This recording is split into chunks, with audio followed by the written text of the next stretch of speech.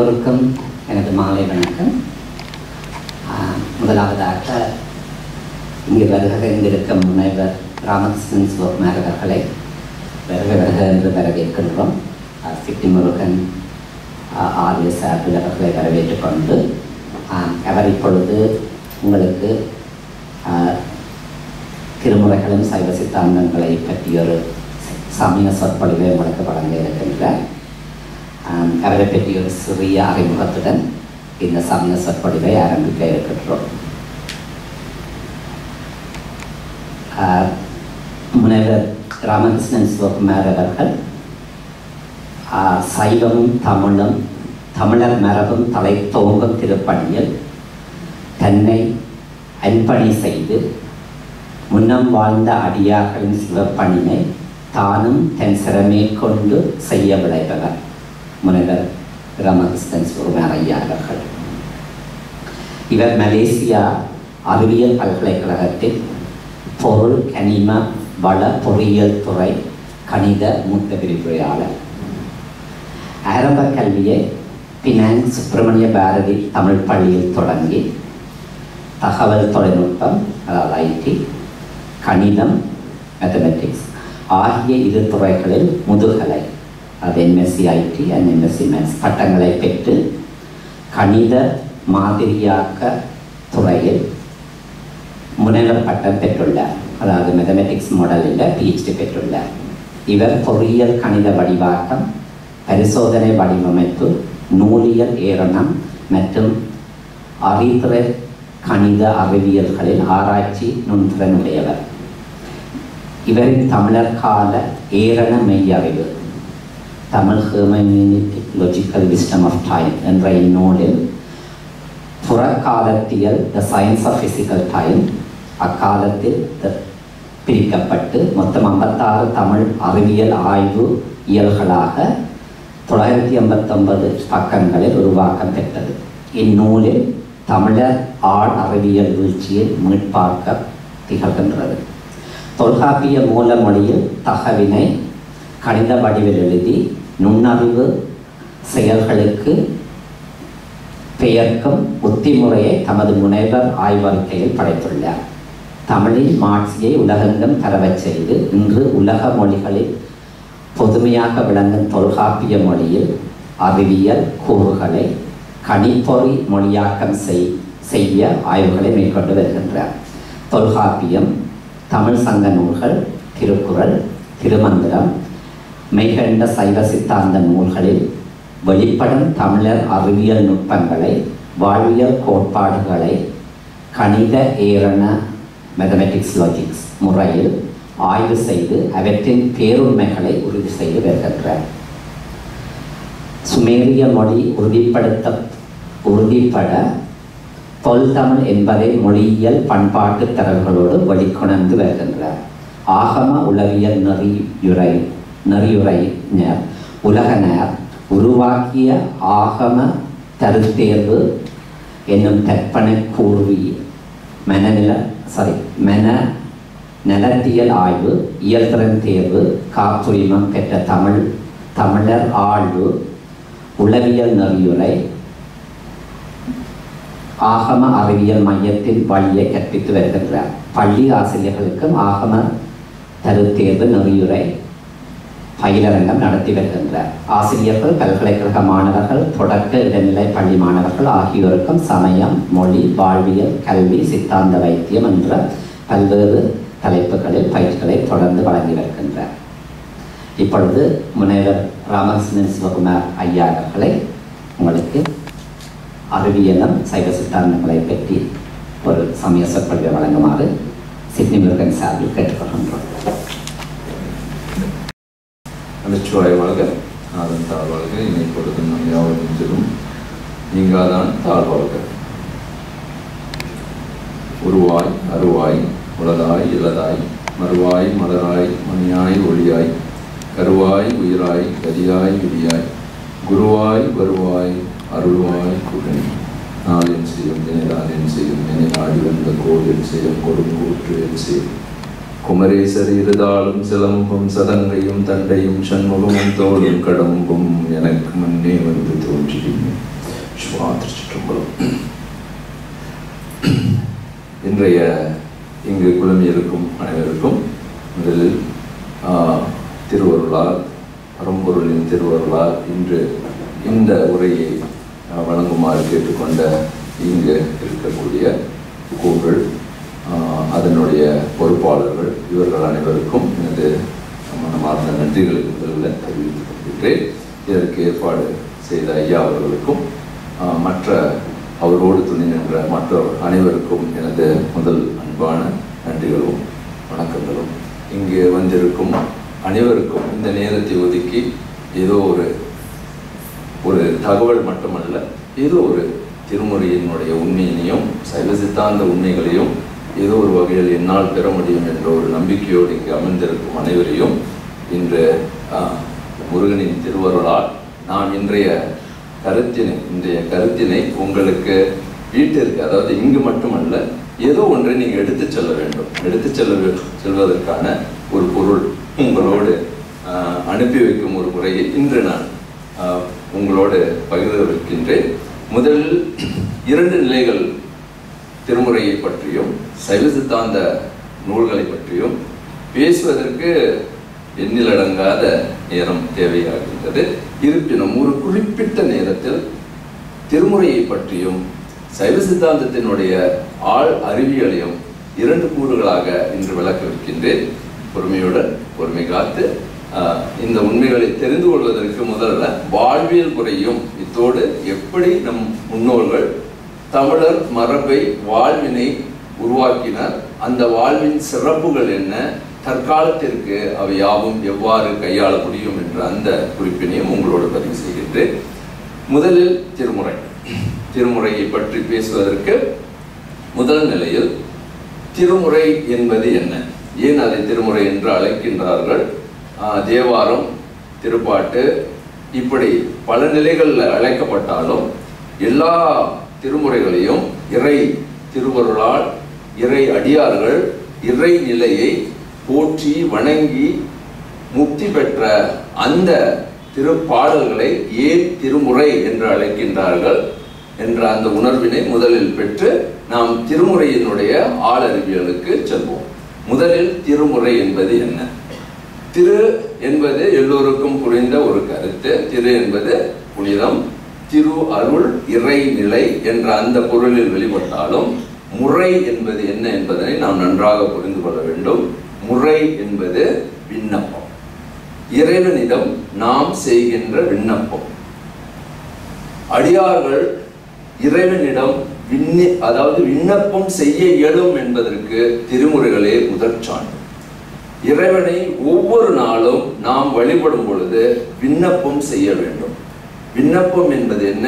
நமது உள்ளத்தில் இருக்கக்கூடிய ஆழ்கிடக்கைகளை, அதாவது உள் உணர்வுகளை, நம்மளுடைய விளைவுகளை, நம்மளுடைய எண்ணங்களை, நம்மளுடைய உணர்வுகளை, நம்மளுடைய குறிக்கோள்களை, இப்படிப்பட்ட இந்த உணர்வின் வெளிப்பாடுகளை ஆழ்கிடக்கை அப்படின்னு சொல்லக்கூடிய நமது உள்ளங்களில் இருக்கக்கூடிய அந்த உள்ள வெளிப்பாடுகளை விண்ணப்பிக்கும் முறை, ரிக்வெஸ்ட் அப்படின்னு சொல்லுவாங்க. அதாவது இறைவனிடம் கேட்க வேண்டும். அந்த முறையினை வகுக்கின்ற அந்த வழிபாட்டு முறைதான் திருமுறை. நாம் என்ன நினைக்கின்றோம் அப்படின்னா, ஆற்றே இறைவா, என் உள்ளம், எனது உள்ளம் தவிக்கின்றது அப்படின்ற அந்த வேதனையை வெளிப்படுத்தக்கூடிய ஒரு கலனாக, ஒரு அந்த வெளிப்பாட்டினுடைய பக்தியினுடைய வெளிப்பாடாக இருக்கக்கூடிய அந்த உணர்வின் அந்த அந்த ஆதங்கம் என்று அன்று கூறக்கூடிய அந்த நவரச உணர்வுகளை ஒரு மனிதனால் வெளிப்படுத்த முடியும் என்பதற்கு இந்த திருமுறைகளையே முதன்மைப்படுத்தி நாம் இந்த உண்மையினை தெளிவுபடுத்திக் கொள்ள முடியும். அதாவது திருமுறை என்பது இறைவனிடம் விண்ணப்பம் செய்வது என்ற அந்த பொருளை நாம் நன்றாக உணர்ந்து கொள்ள வேண்டும். நீங்க பாத்தீங்கன்னா முதல்ல ஒரு திருமுறையை எளிதாக உங்களுக்கு விளக்கி நான் இந்த திருமுறையை சொல்கின்றேன்.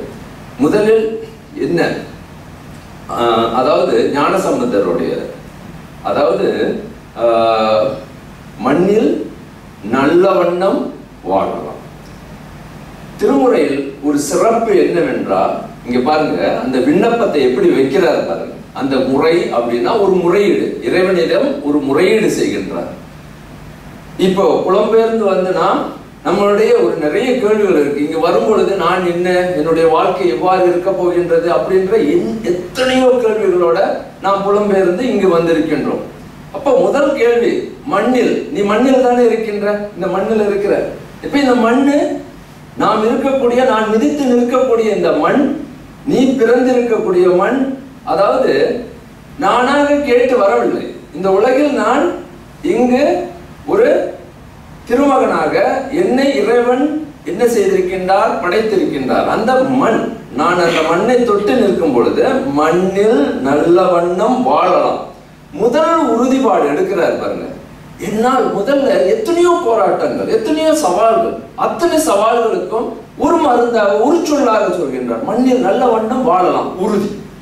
அந்த உறுதியை முதல்ல உறுதிப்படுத்துறார். மண்ணில் என்னால் நன்றாக வாழ முடியும். ஒரு காரணம் வேணும். இப்ப எத்தனையோ பேருக்கு மனதில் பல உணர்வுகள், என்னால் அடுத்த கட்ட வாழ்க்கைக்கு நகர்த்த முடியுமா அப்படின்ற அந்த கேள்விக்கு, மண்ணில் நீ நன்றாக வாழ முடியும் உறுதியாக. எப்படி அப்படின்னு கேட்குறீங்க. எப்படி மண்ணில் நான் நன்றாக வாழ முடியும்னா எப்படி என்னால் நன்றாக வாழ முடியும்? அதுதான், மண்ணில் நல்ல வண்ணம் வாழலாம், வைகளும் எண்ணில் நல்ல கதிக்கு யாதுமோ குறைவில்லை. அடுத்த வரையில தான் அவருடைய இந்த மண், நீ மண்ணை மிதித்து நிற்கின்றாய், அந்த மண்ணின் மிதித்து நிற்கின்ற நீ எதற்காக அதை செய்கின்றாய்? அதாவது உன்னை இந்த மண்ணில் நான் படைத்திருக்கின்றேன் அப்படின்னா இறைவன் சொல்கின்றார். அப்போ மண்ணில் நான் இங்கு வந்து விட்டேன். அப்ப அடுத்த கேள்வி, என்ன கதி, உன்னுடைய இலக்கு என்ன? இதுதான் மூலக்கூறு. நம்ம பிறந்த நாம், இந்த மண்ணில் பிறந்த நாம், நம்ம கேட்கக்கூடிய ஒரு கேள்வி நம்ம என்ன கேட்க மறந்துடுறோம் அப்படின்னா, இந்த பிறப்பு எதற்காக, என்னுடைய கதி என்ன, இலக்கு என்ன? எல்லா இடங்களுக்கும் போனோம், படிக்க போறோம், ஒரு சிலபஸ் போடுறாங்க, அந்த சிலபஸ்ல ஆப்ஜெக்டிவ் என்னன்னு முதல்ல சொல்லுவாங்க, இலக்கு என்ன, வாழ்றதுக்கு. அது போல செய்ய ஒவ்வொரு செயல்களுக்கும் இலக்கு வைத்து தான் நாம் வாழ்க்கையை நகர்த்துறோம். அப்ப அந்த இலக்கிற்கு முதல்ல கேட்கிறாரு, இந்த மண்ணில் பிறந்த நான் இல்ல மற்ற உயிர்கள், எந்த உயிர்களாக இருப்பினும் அந்த உயிர்களுக்கு ஒரு இலக்கு உண்டு. அப்போ அங்க என்ன சொல்றாருன்னா, மண்ணில் நல்ல வண்ணம் வாழலாம், வைகளும், இந்த வையத்தில் நான் என்ன செய்ய முடியும், நல்ல கதியை அடைய முடியும்ன்றாரு. ஏன் அப்படின்னா, கதி என்பது என்ன, இந்த வாழ்க்கையினுடைய முழுமையான இலக்கு. அந்த இலக்கினுடைய அதாவது மகத்துவம், அதனுடைய மூலத்தன்மை, அதனுடைய இயல்பு, இத்தனையும் நான் அறிந்து கொண்டேனா? அப்ப இந்த பிறப்பினுடைய இலக்கு என்ன அப்படின்றது, the purpose of the life அப்படின்ற அந்த மூலத்தை தொட சொல்றாரு. நான் மூலத்தை தொட்டுட்டேனா, அப்ப என்னோட எதுவாக ஆக வேண்டும் என்றால், ஒரு குழந்தையை கேட்கும் பொழுது நான் ஒரு நல்ல மாணவனாக, இல்ல ஒரு பாடங்கள்ல நல்ல தேர்ச்சி பெற வேண்டும் அப்படின்னு ஒவ்வொரு அடுக்கு நிலைகள்ல போயிட்டேன். சரி, நான் ஒரு டாக்டர் ஆக வேண்டும், ஒரு மருத்துவர் ஆக வேண்டும், மருத்துவர் ஆகிவிட்டேன். இப்ப அடுத்தது என்ன அப்படின்னு இலக்குகள் மாறிக்கொண்டே இருக்கும், பெயர்ந்து கொண்டே இருக்கும். ஆனா இவர் என்ன கேட்கிறாருன்னா, பிறப்பு, இந்த பிறப்பின் இலக்கு என்ன, அந்த கேள்வியை நான் உள் வாங்கி விட்டேனா? அப்போ இந்த கேள்விக்கு பதிலை நான் சரியாக வைத்தேனா அப்படின்றதான் கேட்கலாம். அப்ப அவர் என்ன சொல்றாருன்னா, ஐயா நீ பிறந்து விட்டாய், இந்த பிறப்பு எந்த ஒரு சூழல்லையும் எந்த செயலுக்கும் ஒரு காரணம் உண்டு, இலக்கு உண்டு. அந்த இலக்கை நீ தெரிந்து கொண்டாயா? அப்ப மண்ணில் நல்ல வண்ணம் வாழலாம், வைகளும் எண்ணில், நீ எண்ணி விட்டாயா? நல்ல கதி என்பது என்ன? அப்போ உன்னுடைய பிறப்பின் இலக்கை, இந்த பிறப்பின் நோக்கத்தை நன்றாக தெரிந்து கொண்டாயா அப்படின்ற அந்த விண்ணப்பத்தையும் உன்னுள்ளே வாங்கி கொள்ள வேண்டும் அப்படின்றது. இதுல என்ன சிறப்பு அப்படின்னு பாத்தீங்கன்னா, இப்படி ஒரு உறுதிப்பாட்டை முதல்ல ஞானசம்பந்தர் வைக்கின்றார். இப்படிப்பட்ட ஒரு குழந்தை போல நமக்கு ஒரு பெரும் வாழ்வியல் முறையை அழகாக விளக்குகின்றார். ஏன்னா திருமுறையின் முதல் நாயகனாக இருக்கக்கூடிய இந்த ஞானசம்பந்தனுடைய இந்த வரி ஒவ்வொரு வாழும் மனிதனுக்கும் அதுதான் முதன்மையான ஒரு தன் முனைப்பு. அந்த முனைப்பு முதல்ல தரார். எல்லாரும் வந்து சொல்றாங்க, இந்த வாழ்க்கை வந்து கொடிதையா, இந்த வாழ்க்கையில துன்பங்கள் அதிகமாக இருக்கின்றது, எப்படி வாழ்வது என்று எனக்கு தெரியவில்லை, இந்த வாழ்க்கை எதற்காக வெறுத்து வாழ்க்கையை வந்து அதுல இருக்கக்கூடிய இடர்பாடுகளையும் அதனுடைய தாக்கங்களையும் என்னால் தாங்கிக் கொள்ள முடியவில்லை, உணர்வுகள் என் உள்ளே இருக்கக்கூடிய அந்த பலவீனங்கள் தான் என்னை வந்து மேலும் மேலும் கவ்வி என்னுடைய வாழ்க்கையை வீழ்த்துகின்றது. அப்படிப்பட்ட சூழல் அதான் சொல்லுவாரு, இடரினும் தளரினும் எனதொரு நோய் தொடரினும். இப்படி ஒவ்வொரு கணமும் ஒவ்வொரு நாளும் என்னுடைய எண்ணங்கள் என்னுடைய உணர்வுகள் இடறிக்கொண்டே இருக்கிறது. எதுக்காக இடருது புரியல. அப்போ இடரும் பொழுது துன்பம் வருது, தளர்ந்து போறேன். ஒவ்வொரு நிலையிலும் நினைக்கின்றேன், நினைப்புகள் என்னுடைய நினைப்புகள் அதாவது என்னுடைய எண்ணங்கள் என்னுடைய விளைவுகள் முழுமை பெறவில்லை. அப்ப தளர்ச்சி ஏற்பட்டு கொண்டே இருக்கின்றது. இது எதற்காக அப்படின்றது. இடரினும் தளரினும் நோய்கள் என்னை வந்து அண்டி என்னை என்ன செய்கின்றது என்றே எனக்கே தெரியவில்லை, வாழ்க்கையை சீரழிக்கின்றது. இப்படி இருக்கும் பொழுது எனதொரு நோய் தொடர்ந்து நிற்கின்றது. அந்த சூழலில் ஒருவர் சொல்றார், முடியும், நீ வாழ முடியும். ஏன்னா நீ பிறந்ததே காரணத்திற்காக பிறந்தாய். ஏதோ வந்து இப்ப சொல்லக்கூடிய இந்த நம்பிக்கைகள்ல பல சமய கோட்பாடுகளுக்கு இது எல்லாத்தையும் தகர்த்தெறியும் வகையில் எதற்காக பிறந்தாய் என்றால், முதல்ல அவங்க என்ன சொல்றாங்கன்னா, எதுக்காக பிறந்தாய் என்றால் ஒரு கேள்வி கேட்கிறாங்க, எதுக்கு பிறந்த அப்படின்னு ஒரு கேள்வி கேட்கும் பொழுது பல மதங்கள்ல என்னென்ன கோட்பாடுகளை நீங்க படிக்கும் பொழுது எதற்காக பிறந்த, இறைவன் விளையாட்டுக்காக உன்னை படிச்சுட்டா இருப்பான் அப்படின்றாங்க. அந்த விளையாட்டுக்காக ஒரு விளையாட்டு கைப்பாவையா, ஒரு கைப்பாவையா நாம் எல்லாம். பிறகு இதுக்கு பதில் எப்படி வருது அப்படின்னு சைவ சித்தாந்த சாஸ்திரங்கள். அப்ப நான் கைப்பாவை கிடையாது, இறைவனுடைய கைப்பாவை இல்லை, விளையாட்டு பொருள் அல்ல, விளையாடும் ஒரு குழந்தைக்கு வந்து ஒரு இது அதுவல்ல, நீனே கடவுள் அப்பா அப்படின்ற இன்னொரு கருத்தை வைக்கிறாங்க. அப்ப நான் கடவுளா? அப்ப கடவுள் ஏன் இடறுகின்றேன், தளர்கின்றேன், நோய்வாய்ப்பட்டு அல்லலுறுகின்றேன்? புரியல. அப்போ கடவுளை நானே கடவுள் என்ற அந்த கருத்தும் இல்லை, நான் தொழும்பன், இறைவனுடைய அடியேன். அப்படி இருக்கும் பொழுது இப்படி பல கோட்பாடுகளையும் தகர்த்தெறியும் அந்த வகையில இவர் என்ன பார்க்கின்றார், இடரினும் தளரினும் எனதொரு நோய் தொடரினும். அங்கே மீண்டும் இதை எடுத்து நன்றாக பார்க்கும் பொழுது என்னது கதி என்ன, அந்த கேள்வியை தான் மீண்டும் நான் என்ன செய்யணும், இந்த பிறப்பில் எனது பங்கு என்ன, நான் என்ன செய்ய வேண்டும், எதற்காக இங்கே பிறந்தேன். அப்ப இந்த கேள்வியை மீண்டும் மீண்டும் the purpose of the life அப்படின்ற இந்த கருத்தை நன்றாக புரிந்து கொள்ளுங்க. இதை தெரிந்து கொண்டவனால் மட்டுமே இறைவனின் திருக்குறிப்பை அறிந்தவனாவான். வாழ்க்கையில நீ என்ன வேணாலும் செய்யலாம், இதுதான் இறைவனின் திருக்குறிப்பு. அப்ப அதாவது இதைத்தான் வந்து ஐன்ஸ்டைன் சொன்னாரு, இதைத்தான் வந்து ஸ்டீபன் ஹாக்கிங் அவருடைய பிரீஃப் ஹிஸ்டரி ஆஃப் டைம்ல அவருடைய கடைசி கன்க்ளூஷனே அதுதான். If you know the mind of God, அப்படின்னா என்ன சொல்றாரு, what is the purpose of your life?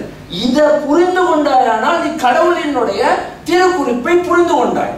அப்ப கடவுளுடைய திருக்குறிப்பு என்ன, இந்த 4 வரியிலே கடவுளுடைய திருக்குறிப்பை முழுமையா முடிச்சுடுவார். அப்போ முதல்ல கடவுளுடைய திருக்குறிப்பு என்ன, எதற்காக இங்கே இருக்கின்றேன், அது என்னுடைய பங்கு என்ன, நான் என்ன செய்ய வேண்டும், அந்த திருக்குறிப்பை உணர வேண்டும் என்ற அந்த வரியை சொல்கின்றார்.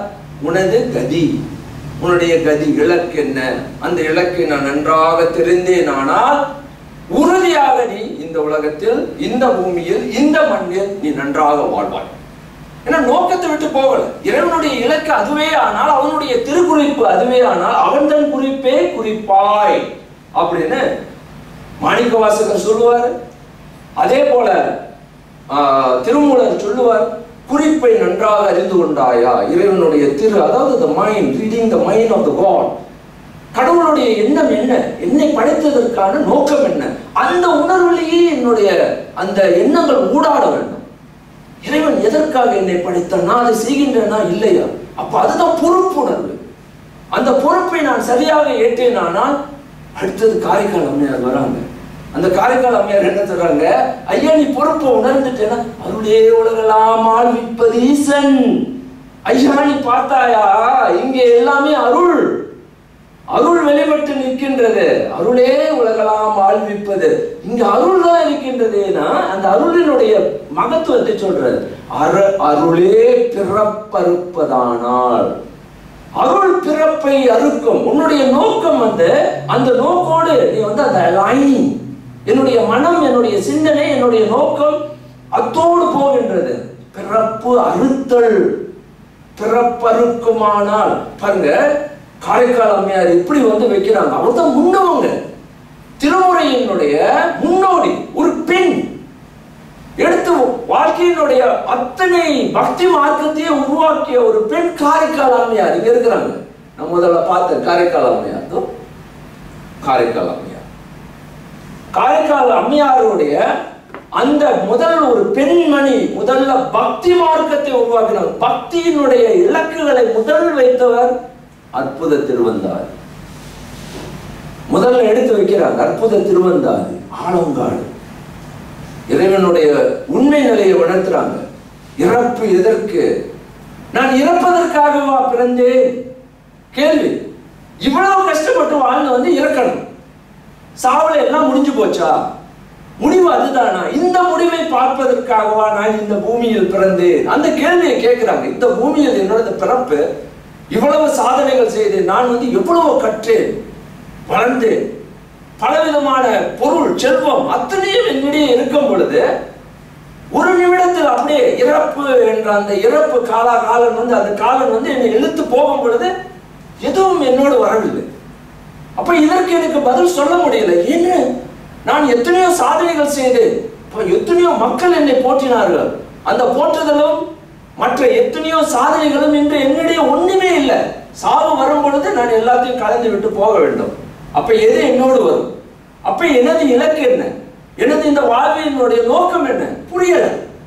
அப்ப காரைக்கால் அம்மையார் சொல்றாங்க, இல்லையா, இது அருள், உனக்கு கொடுக்கப்பட்டது. இந்த உடல் உன்னது அல்ல, கொடுக்கப்பட்டது. அத்தனையும் உலகம் கொடுக்கப்பட்டது. உன்னுடைய வாழ்க்கையில நீ பார்க்கக்கூடிய 5 புலன்கள் கொடுக்கப்பட்டது. அத்தனையும் உனக்கு கொடுக்கப்பட்டது எதற்காக? அருள்.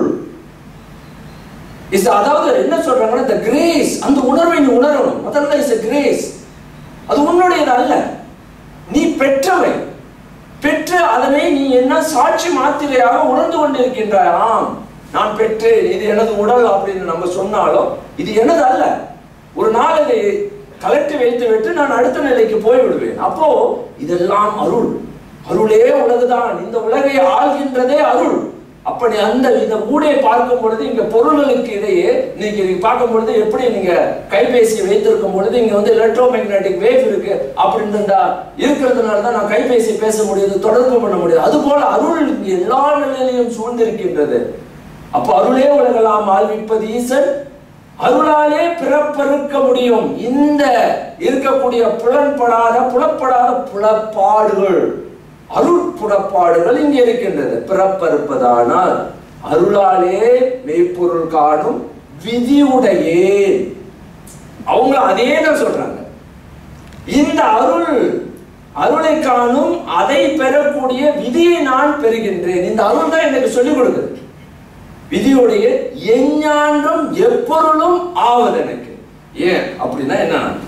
நீங்க நினைக்கிறதும் நீங்க அதாவது ஒவ்வொரு உணர்வுலையும் உங்களுடைய எண்ணங்களையும் நீங்க நினைப்பது நடக்கும். எஞ்ஞான்றும் எப்பொழுதும் ஆவது எனக்கு. ஏன்னா நான் என்னுடைய உறுதிப்பாடு என்னன்னா, இந்த பிறப்பை அறுப்பது என்ற அந்த உணர்வில் நான் என்னை உணர்வில் அங்க நான் அதோடு சேர்ந்து விட்டேன். அந்த உணர்வை நான் உள்வாங்கி விட்டேன் என்றால் எதுவானாலும் உனக்கு நடக்கும்னு சொல்றது.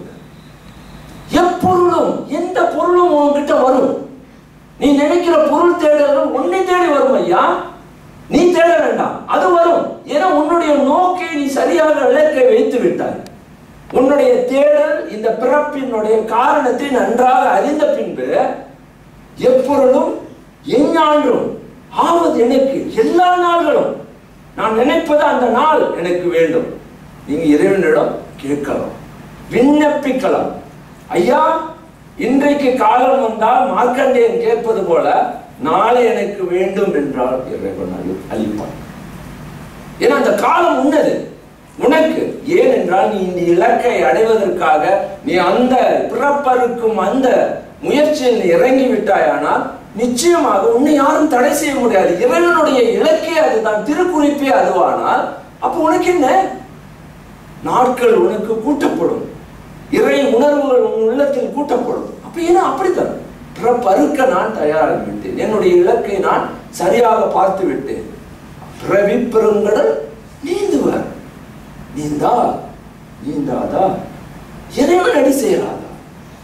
இதுதான் திருக்குறள் மையமாக வச்சு கடைசியா உண்மையை சொல்லிட்டு போகுது. ஐயா, நீ என்ன வேணாலும் பண்ணிக்கோ, உன்னுடைய பிறவியை நீ நிறுத்த முடியுமா, நீந்த முடியுமா, பிறப்பு அறுப்பதற்கான முயற்சியில் நீ இறங்கி விட்டாயா அப்படின்னு. அப்போ இதுதான் இன்னும் அழகாக பாருங்க எப்படி ஞானசம்பந்தர் அதை தொடராரு. எங்கே தொடராரு அப்படின்னா, மண்ணில் நல்ல வண்ணம் வாழலாம், உன் கதி தெரியுமா கேட்கிறாரு. என்னில் நல்ல கதிக்கு யாதுமோர் குறைவில்லை. அடுத்த வரிதான் the greatest motivation. என்ன பண்றாருன்னா, சரி உனக்கு கதி தெரியுமானால் அது எப்படி நான் உணர்வது, நான் சரியான கதியை நோக்கி செல்கின்றேன் அப்படின்ற ஒரு கருத்து என் உள்ளத்துல வரணும். எனக்கு சில, அதாவது ஒரு உண்மைக்கு போறோம் அப்படின்னா, நான் சரியான ட்ராக்ல இருக்கேன்னா அப்படின்னு சொல்லுவாங்கன்னா, ஒரு ட்ராக்ல போறேன், நல்ல ட்ராக், எனக்கு சரியா போறேன், என்னுடைய பாதை சரியாக இருக்கின்றது அப்படின்ற, அப்ப என் உள்ளத்துல இன்னொரு உணர்வு உதிக்க வேண்டும் சொல்றேன். உங்க உள்ளத்துல ஒரு உணர்வு உதிக்க வேண்டும் ஐயா, அந்த உணர்வு உதித்தால் நீ சரியாக செல்கின்ற, உனது இலக்கு சரி அப்படின்னு. என்ன சொல்றாருன்னா, பிரச்சனைகளை எவ்வளவு அழகா கையாள்வதற்கு ஒரு முறையை நமக்கு சொல்லித்தர. எப்படி சொல்றாருன்னா, ஒவ்வொரு நாளும் பிரச்சனைகளை நாம் எப்படி எதிர்கொள்கின்றோம் அந்த வரியை தான் அடுத்த வரியில சொல்றாரு. கண்ணில் நல் அகுதுவும். எப்ப பாரு நம்மளுடைய பிரச்சனைகள் என்னன்னா, நமது பார்வை, the way that we see the problem. Problem இருக்கு ரெண்டு வகை. ஒண்ணு பிரச்சனை, நீ பிரச்சனையிலே பிரச்சனையோட நீ உள்ள போனா நீ என்ன ஆயிடுவ, அந்த பிரச்சனை உன்னை வீழ்த்திடும். இன்னொன்னு, அதுவே பிரச்சனை, என் வாழ்க்கையை அது விளக்குது, ஆப்பர்ச்சுனிட்டி. என் பிரச்சனை அது ஏதோ ஒரு வகையில் எனது உண்மையை அது விளக்குகின்றது, என் வாழ்க்கையை அது விளக்குகின்றது, எனது உண்மையை எனக்கு அது உணர்த்த இருக்கின்றது. வாழ்க்கையை நான் அப்படியே பார்த்தேன். ஒரே கண்ணு, ஒரே பிரச்சனை. ஒருவருக்கு அது வேதனை, இன்னொருத்தருக்கு அது நிவாரணம், நிவர்த்தி. சிக்கல்களுக்கு அதுவே தீர்வு. எப்படி அந்த கண்களை நீ மாற்ற வேண்டும்னு சொல்லி தராரு பாருங்க. ஐயா, நீ பிரச்சனையில சிக்கி கொண்டாயா, அதுவல்ல, தீர்வு உண்டு. அது உன் கண்களை மாற்று. கண்ணில் நல் அகுதுரும். நல்லவற்றை பார்க்கக்கூடிய கண்கள் உன் கண்கள் அப்படியே ஊறும். நீ அப்படியே இது பார்த்தா, இவங்க சரியில்லை, இவங்க இது சரியில்லை, அது சரியில்லை, இது சரியில்லை, பார்க்கறது எல்லாம் எரிச்சல், பிரச்சனை. யாரோட மோதினாலும் இவங்க சரியில்லை, அவங்க சரியில்லை, மற்றவர்கள் எல்லாம். கண்ணில் நல் அகுதுரு இல்லை. நல்லவை கண்ணில் ஊறணும். பிரச்சனையே அது இல்லை. ஏன்னா இன்னைக்கு தமிழ்நாட்டில் இது எதுவுமே, இப்ப டிராமாவா இருக்கட்டும், எதுவாக எல்லாத்தையும் கண்ணில் உள்ள அந்த கண்ணையும் அழிக்கிறாங்க. கண்ணழிப்பு நடக்குது. கண்ணை பார்க்க விடல. நல்லவற்றை பார்க்கும் அந்த கண்களை நம் உள்ளத்தில் வளர்க்கல. அப்ப எப்படி நல்லதை பற்றிய சிந்தனை நம் உள்ளத்துல எழாது. எழுவதற்கான காரணமும் கிடையாது. அதான் சொல்றாரு, நல்ல கதி பற்றிய சிந்தனை உள்ளவனுக்கு, நல்ல கதி தெரிந்தவனுக்கு இறப்பு இதுவல்ல, இறப்பு முடிவல்ல, அடுத்த கட்டம், அது பிறவியினுடைய அடுத்த குணம்.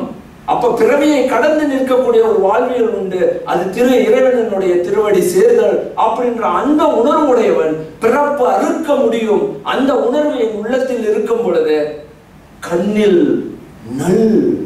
நல்லவை தெரியும், பார்க்க முடியும். கண்கள் அப்படியே ஒவ்வொரு உண்மையிலையும் அங்க இருக்கக்கூடிய அந்த வேதனையை கூட நம்ம அப்படியே எடுத்து உள்வாங்கி, இந்த வேதனையும் என் உள்ளே உண்மையை உணர்த்துகின்றது. அது எப்படின்னு சொல்றேன் பாருங்க. இடரினும் தளரினும் எனதொரு நோய் தொடரினும் உனது கடல் தொழுது எழுவேன். ஐயா, நான் இடறி விடுவேன். எனது உள்ளம் தளர்ந்து போகும். எனது உள்ளம் எனது உடல் நோய்வாய்ப்பட்டு போகும். தொடர்ந்து கொண்டே இருக்கு. ஒரு நாள் அல்ல, இரு நாள் அல்ல, தொடர்ந்து என்னை வாட்டிக் கொண்டிருக்கின்ற அந்த நிலை ஞானசம்பந்தர் பாடல்கள். இடரினும் தளரினும் எனதொரு நோய் தொடரினும் உனது கழல் தொழுவேன். காரணம் சொல்றாரு பாருங்க. உனது கழலை நான் தொட்டு வணங்கி கொண்டே இருப்பேன், வணங்குவேன், வழிபடுவேன். ஏன் அதை என்னால் செய்ய முடியுது? இந்த வேதனைக்கு மத்தியில இறைவா, சில பேர் நிந்தனை செய்வாங்க, இறை நிந்தனை செய்வாங்க, இறைவா என்னை இப்படி போட்டு வதைக்கிறீங்க வேண்டாமே அப்படின்னு அந்த எண்ணம் வரும். ஆனா இவர் என்ன சொல்றாருன்னா, நான் உனது கடல்களை நான் தொழுது எழுது கொண்டே இருப்பேன். ஏன் அப்படின்னு கேட்கும் பொழுது அதற்கு அவரே பதில் சொல்றாரு, கடல் தனில் அமுதினில் கலந்த நஞ்சை. ஐயா, நான் பார்க்கிறேன் வாழ்வியல் கடல் போன்ற இந்த கடல்ல எத்தனையோ மனிதர்களை பார்க்கிறோம், உயிர்களை பார்க்கிறோம். அங்கே நஞ்சும் உண்டு, எத்தனையோ நஞ்சுகள் அங்கு வெளிப்பட்டு கொண்டிருக்கு. அந்த நஞ்சுகள் வெளிப்பட வெளிப்பட இன்னைக்கு பாக்குறோம் ஏர் பொல்யூஷன், இது பாக்குறோம் எத்தனை பொல்யூஷன், எல்லா பொல்யூஷனும் வந்து அப்படியே நம்மளை தாக்குது, எத்தனையோ உயிர்கள் இழக்குது. கோவிட் வருது, எத்தனையோ பேர் உயிர்கள் போய் கொண்டு இருக்கு. இப்படி எத்தனையோ விஷயங்கள் கண்களை பார்க்கிறோம், நஞ்சு வந்து ஒவ்வொன்னா ஒண்ணு. ஆனா ஒரு விஷயத்தை, அந்த நஞ்சினை மிடரினில் அடக்கிய உன்னால் மட்டும் இந்த பாழ்படும் நிலையை மாற்றி அமைக்க முடியும். Because you are chemist, வேதியன். You are the greatest chemist. இந்த கெமிஸ்ட்ரி படிக்கிறவங்களுக்கு தெரியும், இங்க இருப்பாங்க இந்த ஐயா, அங்க யாரும் அப்படி இல்லை, இந்த கெமிஸ்ட்ரி படிச்சீங்கன்னா உங்களுக்கு தெரியும் எப்படி அதை அப்படியே பிரட்டி போடும் அப்படின்னு பார்க்கலாம். ஒரு நிமிடத்துல அப்படியே மாற்றங்களை செய்யும். You are the chemist. உனக்கு தெரியும். கெமிஸ்ட்ன்ற வார்த்தையை பார்க்கணும் பாருங்க, எப்போ படிக்கிறாரு அப்பயே சொல்றாரு யூ ஆர் தி கெமிஸ்ட். இன்னைக்கு கெமிஸ்ட்ரி படிக்கிறவங்களுக்கு வியப்பு வரும், நான் கெமிஸ்ட்ரி இதெல்லாம் செய்யுமா, எவ்வளவு மாற்றங்களை கொண்டு வருது. உலகத்துல பார்க்கக்கூடிய அத்தனை கெமிஸ்ட்ரி அது மாட்டுது. அவர் சொல்றாரு கெமிஸ்ட் பா, you know the chemist, greatest chemist, என்ன உனக்கு வேணும் அப்படியே மாத்தலாம். அவர் மாத்துறாரு. அது மட்டும் இல்ல, அவர் அதை சொல்லிட்டு அவர் அடுத்த வரையும் அதான் மிடரினில் அடக்கிய வேதியனே அப்படின்னு சொல்லிட்டு இன்னொன்னு பாருங்க, அது அதிலே இதுவோ இதுதான் என்னை ஆளுகின்ற முறையோ, நீ என்னை இப்படிதான் எனக்கு இந்த உண்மை மாற்றங்கள், என்னை சுற்றி நடக்கக்கூடிய உண்மைகளை உணர்த்துகின்ற வழிமுறையோ. அப்ப வாழ்க்கையில நடக்கிற ஒவ்வொரு சம்பவங்களையும் அவர் எப்படி பார்க்கிறாரு பாருங்க. It's a greatest, அதாவது the movement, அந்த ஒவ்வொரு சம்பவங்களையும் நான் கற்கின்றேன், பாடமாக நீ எடுக்கின்றாய், நான் அந்த பாடத்தில் ஒரு மாணவனாக இருந்து கற்றுக்கொண்டு இருக்கின்றேன். எவ்வளவு மாணவத்தன்மை அங்க பார்க்கிறாரு. சத்குருவாக இறைவன் எழுந்தருளி தட்சிணாமூர்த்தியாக ஆளுநர் செல்வராக இறைவன் எடுத்து போதித்துக் கொண்டிருக்கின்றார். திரையோதகமாக துரோதகமாக அப்படின்னு சொல்லுவாங்க. திரையோதகம்னா மறைந்து நின்று மறைபொருளாக என் உள்ளத்தில் நீ அங்கே எனக்கு போதனைகளை செய்கின்றாய். அதை என்னை கற்றுக் கொடுக்கின்றாய், எனக்கு அந்த உண்மையை சொல்லிக் கொண்டிருக்கின்றாய், நான் அந்த உண்மையை உணர்கின்றேன். இதுவோ எம்மை ஆளுமாறு ஈவதொன்று எமக்கில்லையே. இதுதான் நீ என்னை ஆளுகின்ற முறையோ, என்னை எனக்கு புரிவிக்கின்ற என் உண்மையை செல்ஃப் ரிஃப்ளெக்டிவிட்டி, என்னை நீ எனக்கு அறிமுகப்படுத்துகின்ற முறையோ, நான் அறிகின்ற வகையோ அப்படின்னு கேட்டு, இதுவோ எம்மை ஆளுமாறு ஈவதொன்று எமக்கில்லையே, அதுவோ உனது இன்னொரு அப்பா காரைக்காலோட அம்மையார திருப்பி எடுக்கிறார். அதுதான் உன்னுடைய அருளா, இதுதான் உன்னுடைய அருளா, இன்னைக்கு நான் இதை பெற்றுக்கொண்டேன், இது அருள். அப்போ துன்பமும் எதுவாக இருந்தாலும் என்னை இடரச் செய்கின்ற ஒவ்வொரு இதுவும் நான் கற்றுக்கொள்கின்ற பாடமாக, வாழ்க்கையை பாடத்தினுடைய அடிப்படையாக, கல்வியின் அடிப்படையாக, வாழ்க்கையே என்னுடைய ஒரு சிவபோதமாக, சிவஞான போதமாக எடுக்கின்றார். ஐயா, நீ எனக்கு போதனை செய்கின்றார், உன்னுடைய பரத்துவத்தை, அந்த நிலையை நான் போத நிலையில் உணர்கின்றேன். அப்படி இன்னும் முடியல, இன்னும் ஒரு வரி இருக்கிறேன், ஏன்னா 3 பேர் எடுக்கிறேன், இப்படியே சொல்லிட்டே வரலாம். இன்னும் ஒவ்வொருத்தரையும் அவ்வளவு அழகாக அதை சொல்லுவாங்க. அப்ப அங்க நாவுக்கரசரை கொஞ்சம் எடுக்கிறேன், நாவுக்கரசரையும் கொஞ்சம் சொல்லி காட்டுறேன். இது திருமுறை விண்ணப்பம். ஐயா, நீங்க விண்ணப்பிக்கிறீங்க, ரிக்வெஸ்டிங். அது எப்படி ரிக்வெஸ்ட் பண்றாங்க பாருங்க, எவ்வளவு உறுதியோட. ஏன் அப்படின்னா அவங்களுக்கு தெரியுது இலக்கு என்ன, மை கோல். அதான் சொல்லுவாங்க, யூ மஸ்ட், அதாவது ஒரு விஷன் உள்ளவங்க. ஏன் அந்த விஷன் வேணும்ன்றாங்க? அந்த விஷன் சரியான ஒரு தூர பார்வையாக இருக்கும் போது அந்த மிஷன் தானாகவே அது அந்த விஷனை நோக்கி அது நகரும். அந்த விஷனுக்கும் மிஷனுக்கும் எவ்வளவு அழகான எடுத்துக்காட்டுங்க வைக்கிறாங்க பாருங்க. உயர்நிலையில் அதான் சொல்லுவோம், குழந்தைகள்கிட்ட கேட்கும் பொழுது உன்னுடைய இலக்கு என்ன? ஐயா, முக்தி. இறப்பறுத்தல், பிறப்பறுத்தல். திருக்குறளினுடைய கடைசி குறளை படிச்சு அவன் நல்லா உள்ளத்துல வாங்கிட்டானா, ஐயா பிறப்பறுக்கணும், அதுதான் என்னுடைய நோக்கம். பிறப்பு என்பது இறைநிலை அடைவது. இதற்கு இந்த இலக்கு, இந்த பிறப்புல இங்க எதற்காக பிறந்தனோ அந்த நோக்கத்தை நான் நிறைவேற்ற வேண்டும். என்னதான் செய்யலாம், குடும்ப வாழ்க்கை வேணும், அத்தனையும் வேண்டும். இதை எதுவுமே களைய சொல்லல, எதுவுமே புறக்கணிக்க சொல்லல. நம்மளுடைய மரபு பிறகு எடுத்து காட்டுற நம்மளுடைய மரபு அத்தகைய, அதாவது வாழ்வியல் அப்படியே எடுத்து வெளிப்படுத்தக்கூடிய ஒரு அந்த மரபு. ஒவ்வொரு இதுலயும் வந்து வாழ்க்கையை எப்படி பார்க்க வேண்டும் என்ற கண்களை தருவது. அதான் மீண்டும் அந்த அப்போ இன்னும் முடிக்கல.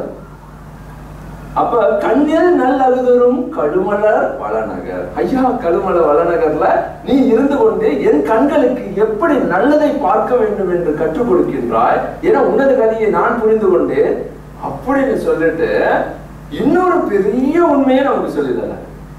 எப்படி இந்த உண்மையை சொல்றாரு அப்படின்றது அந்த கடைசி வரியில இருக்கக்கூடிய இன்னொரு அந்த நம்மளுடைய மன உளைச்சல் எல்லாத்தையும் அப்படியே தூக்கி உடைச்சு போட்டுட்டு அப்படியே போயிட்டு இருக்கும். எப்படி அப்படின்னு பாக்குறோம். என்ன நம்ம நினைக்கிறோம், இன்னைக்கு நான் பெரிய கஷ்டம் பாப்பா அப்படின்னு. எதுக்கு ஒரு சின்ன இலக்கு, திருமணமாகி முதல்ல மனைவியை புரிந்து கொள்வதெல்லாம் நமக்கு ஒரு பெரிய இடர்பாடு. அடுத்தது குழந்தை வந்த பிறகுதான் என்னுடைய வாழ்க்கையில ஒரு பெரிய மாற்றம் அப்படின்னு நம்ம எல்லாரும் உணர்றோம். குழந்தையை உணரும் பொழுது முதல்ல எனக்கு குழந்தையை பார்க்கணும். இது எப்படி வளர்க்கிறது? ஒரு உயிர் கையில் வந்த பிறகு இந்த உயிரை நான் என்ன செய்ய வேண்டும்? நம்ம எல்லாரும் மனசார புரியும், குழந்தைன்னா வளர்க்கணும், அவ்வளவுதான். என்ன, எப்படி, புரியல அப்படின்னு நான் கேட்கிறேன். கையில ஒரு உயிரை கொடுத்து இந்த உயிரை வளர்த்து கொண்டு வாங்க அப்படின்னு சொல்லும் பொழுது நான் என்ன செய்யறேன்னு எனக்கு தெரியல, முடிச்சிட்டு இருக்கேன். அப்ப ஞானசம்பந்தர் சொல்றாரு, சின்ன ஐயா மாதிரி இருக்கிறாரு, சிவாகர் மாதிரி ஒரு சின்ன பையன் அப்படின்ற ஒரு குழந்தை. அந்த குழந்தை சொல்றாரு, கண்ணில் நல்லகுதரும் கழுமல வளநகர் பின்னில் நல்லாடு இருந்தகை இருந்ததே. ஐயா, நீ ஒண்ணு பார்க்கல. சின்ன குழந்தைகளுக்கு ஏதோ இருந்தாலும் ஒரு, அதாவது நான் தனியே இல்லை, என்னோட யாரு இருக்கா தெரியுமா? ஏதோ ஒண்ணுன்னா எங்க அம்மா இருக்காங்க, எங்க அப்பா இருக்காங்க. ஏன்னா என்ன நடந்தாலும் அவங்க இருக்காங்க, பாத்துக்குவாங்க, என்னை வளர்த்துக்குவாங்க. என்னோட இருக்கக்கூடிய வந்து ஒரு பெரிய சக்தியாக பாக்குறாங்க. என்ன சக்தினா, என் வாழ்க்கையில இருக்கக்கூடிய அடுத்த கட்டத்துக்கு நான் எங்கே போக வேண்டும், என்ன செய்ய வேண்டும், அத்தனை இலக்குக்கும் எனக்கு பின்னே ஒரு பெருந்துணை இருக்குதப்பா. அவர்கள் தான் என் தாய் தந்தையர் அப்படின்னு ஒரு குழந்தை உணரும். ஏன்னா எது இருந்தாலும் என் அப்பா, என் அம்மை அப்படின்னு. அப்போ இறைவன் என்ன சொல்றாருன்னா, ஐயா, நான் உனக்கு ஒரு சின்ன பாடம் எடுக்கிறேன். உயிரை வளர்க்கும் கல்வி, parenting. The most difficult, எந்த பல்கலைக்கழகத்திலையும் கற்றுக் கொடுக்க முடியாத ஒரு பாடம் ஒன்று இருக்கு. உயிரை எப்படி வளர்ப்பது, அதனுடைய இலக்கை அதற்கு சொல்லி தருவது. உயிர் வளர்ப்பது என்பது அதாவது இல்ல, உயிர் கல்வியை பற்றிய படிப்பு இன்னும் உலகத்துல இல்லை. உயிர் கல்வியை என்ன செய்வது? எல்லா பாடமும் இருக்கு, பயாலஜி இருக்கு, கெமிஸ்ட்ரி இருக்கு, சோசியல் சயின்ஸ் இருக்கு, எத்தனையோ பாடங்கள் இருக்கு. உயிர் கல்வியை பற்றி ஏதாவது இருக்கா? உயிரை எப்படி வளர்ப்பது, உயிருக்கு எப்படி இலக்கை நிறுத்துவது, ஒரு பெற்றோருக்கு மட்டும்தான் இந்த கல்வி, ஸ்பெஷல் எஜுகேஷன். அந்த குழந்தை பிறந்ததோடயே உங்களுக்கு ஒரு 2 பெஸ்ட் கிராஜுவேஷன்ஸ், ஒரு கிராஜுவேஷன் பட்டம், ஒரு பெரிய பட்டம் கொடுப்பாங்க. அந்த பட்டம் எங்கேயுமே கிடைக்காது, எந்த யூனிவர்சிட்டிலையும் கொடுக்க முடியாது, யாருனாலையும் கொடுக்க முடியாது. அது வந்து எந்த, அதாவது தி ஹையஸ்ட் கிராஜுவேஷன்ல உங்களுக்கு கிடைக்கக்கூடிய ஒரு பெரிய ஸ்க்ரோல். என்ன ஸ்க்ரோல்னு நீங்க நினைக்கிறீங்க? 2 பட்டம். ஒரு குழந்தை பிறந்ததோட தாய், தந்தை, இந்த 2 the great என்ன சொல்லுவாங்கன்னா the achievement. இந்த அச்சீவ்மெண்ட்டை அப்படியே நீங்க வந்து ஒரு பெரிய ஸ்க்ரோல் எங்கேயுமே கிடைக்காது. இந்த PhD வாங்கிட்டு வந்தா கூட அந்த திருப்பி, அதாவது அந்த தாய் என்ற அந்த தந்தை என்ற அந்த உணர்வு, அந்த 2 உணர்வை நீங்க வந்து சாதிச்சிருவீங்க. தாய், தந்தை, அந்த உணர்வு. ஏனென்றால் அது உயிர் கல்வி. ஒன்று உயிரை வளர்ப்பதற்கான தகுதியை நான் பெற்றிருக்கின்றேன். ஒரு உயிரை என்னால காப்பாற்ற முடியும் அப்படின்ற ஒரு வாக்குறுதியோ இல்ல ஒரு மனதில் ஒரு சூளுரைனா இந்த சத்தியம் மாதிரி ஒரு சத்தியத்தை நான் உணர்றேன். ஓ, எனக்கும் ஒரு தகுதி உண்டு. ஒரு உயிரை காக்க முடியும், ஒரு உயிரை வளர்க்க முடியும், அதற்கு இலக்கு நிறுத்த முடியும். என்ன செய்யறேன்னா, யாருடைய பங்கை நான் எடுக்கிறேன்? முதல்ல பல்லாயிரம் உயிர்களுக்கும் தாய் தந்தையராக இருக்கக்கூடிய எத்தனையோ புல் பூண்டு உயிர்கள், அத்தனை உயிரையும் தன்னின் அதாவது தாய் தந்தையராக இருக்கக்கூடிய அந்த மாதுரு பாகனை நீ உணர்ந்து கொள்வதற்கு ஒரு பெரிய வழிமுறையை கற்றுத்தருகின்றது. அதாவது எத்தனையோ உயிர்களை பராமரித்து அதனுடைய உண்மையை விளக்கக்கூடிய அந்த இறைவனினுடைய அந்த திருத்தொழிலில், அந்த திருச்செயலில் எனக்கும் ஒரு அடியேனுக்கும் ஒரு பங்கு. அந்த பங்கை நானே எடுத்து, ஐயா இப்படிதான் உயிரை வளர்க்கின்றாயா, இப்படிதான் உயிரை காக்கின்றாயா, இப்படிதான் உயிர்களுக்கு உண்மையை சொல்லுகின்றாயா, உனக்கு ஒரு வாய்ப்பு. அதுல நம்ம என்ன பண்றோம் அப்படின்னா, இதுலதான் நம்மளுடைய ஃபெயிலியரும் பேரண்டிங் என்ற அந்த கருத்து. பேரண்டிங் என்பது ஒரு புனித தெய்வீக வாழ்க்கை முறை. அதனாலதான் நம்மளுடைய தெய்வ மரபுல தாய் தந்தையாக பார்க்கிறோம். அப்போ பாருங்க, தாய் தந்தையாக இருப்பது என்பது அந்த மாதுரு பாகனை புரிந்து கொள்ளும் ஒரு முறை, ஒரு வழி, ஒரு வழிபாடு. மாதுரு பாகனை வழிபடும் முறையில் முதல் இது தன்னை பெற்றோரியம், பெற்றோராக இருந்து பார், ஒரு பெற்றவனாக இருந்து பார், ஒரு உயிரை காத்து பார், அந்த உயிருக்கு இலக்கு நிறுத்தி பாருன்னு சொல்றாங்க. ஒரு இலக்கை கொடுத்து பாரு. அப்ப பாக்குறேன், நீயும் நான் நினைக்கிற மாதிரி அவன் வளர மாட்டானே, அவன் என்ன பண்றான், நான் ஒண்ணு நினைக்கிறான், அவன் ஒண்ணு நினைக்கிறான், நான் ஒண்ணு நினைக்கிறான், அவன் ஒண்ணு நினைக்கிறான், வரமாட்டேங்குது. அப்பொழுதுதான் உயிர் என்பது என்ன, நான் வாழாத வாழ்க்கையை அவன் வாழ வேண்டும் என்று என்னுடைய எண்ணங்களை நான் திணிக்க முடியாது. ஏனென்றால் அவன் ஒரு உயிர், தனித்தன்மை உடையவன், தனித்தன்மையை கொண்டவன். அப்போ உயிர்கள் என்பது வெவ்வேறு. சிவஞான போதம், சிவஞான மேற்கண்ட சாஸ்திரங்கள் போலதான் வருது. உயிர்கள் வேறப்பா. ஒரு பெற்றோராக இருந்து பார், ஒரு உயிர் இல்ல, ரெண்டு பேரும் ஒரே ரெட்டை பிள்ளைங்க, ஒரு நிலையில வளரல, ரெண்டு பேரும் ஒரே சட்டை போட்டு விடுறேன், ஆனா ரெண்டு பேரும் வேற. எப்படி? உயிர்கள் ஒன்று இல்ல, பல. சிவஞான போது எவ்வளவு அழகாக அந்த உண்மையை கற்றுக் கொடுக்கிறாங்க பாருங்க. பெற்றோரியம் என்பது வாழ்க்கையினுடைய முறை, தெரிந்து கொள்வது. இதுலயே ஒரு இன்னும் ஒரு இதை சொல்லிட்டு சிவஞான போதத்துக்கு போறேன், அங்க மெய்கண்ட சாஸ்திரங்களுக்கு போறேன். வாழ்க்கையை எப்படி விளக்குகின்றார்கள் என்றால், நம்மளுடைய பண்பாடே அறிவியல் பண்பாடு தான். அந்த நெக்கடா இதை பார்க்கணும். கண்கள்ல தெரிகின்ற இந்த கண்களை தான் நான் பார்வை என்று சொல்கின்றேன். இல்லை, கண்களை மூடும் பொழுது எனது உள்ளே உண்மைகள் இருக்கின்றன. என் கண்களுக்கு என் உள்ளே இன்னொரு பார்வை வெளிப்படுகின்றது. முதல்ல அது தேர்ட் ஐ அப்படின்ற கருத்துக்கு இன்னும் போறதுக்கு இன்னும் பெரும் சொல்லுவாங்க, அது தேர்ட் ஐ அப்படின்னு. No, first simple seeing. Just complete பண்ணுங்க, ஒரு சின்ன இதை ஃபில் அப் பண்ணுங்க. சீயிங் அப்படின்றது ரெண்டு கண்கள் உள்ளவர்களுக்கு மட்டும், அதாவது கண் பார்க்க முடிவது மட்டுமல்ல, கண்களை மூடினாலும் பார்க்க முடியும். அப்ப அதை என்ன ஆயுதம் நீங்க சொல்றீங்க?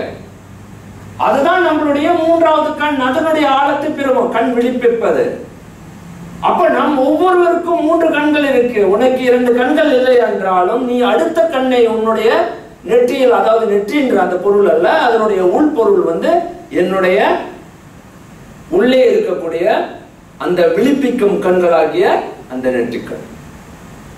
இந்த நெற்றியில் அதனுடைய பொருளே உள்ளே உனக்கு ஒரு காட்சி உண்டு. உன் கண்களுக்கு அது தெரியும், உன் கண்களுக்கு அது புலப்படும், உண்மையை பார்க்க முடியும். அதுதான் நம்ம இப்ப பல கோணங்கள்ல அதை இன்டர்பிரேட் பண்றோம். அது ட்ரீம்ஸ், அது இமேஜினேஷன், அது என்னென்னமோ நம்மளால சொல்ல முடியுது. அந்த விஷுவல் பவர், அந்த விஷன்றது அந்த கண்கள்ல இருக்கும் பொழுதுதான் என் கண்கள்ல தெரிகின்றது. தூரே பார்க்கின்ற அந்த கண்கள்ல அந்த விஷனை பார்க்க முடியுது.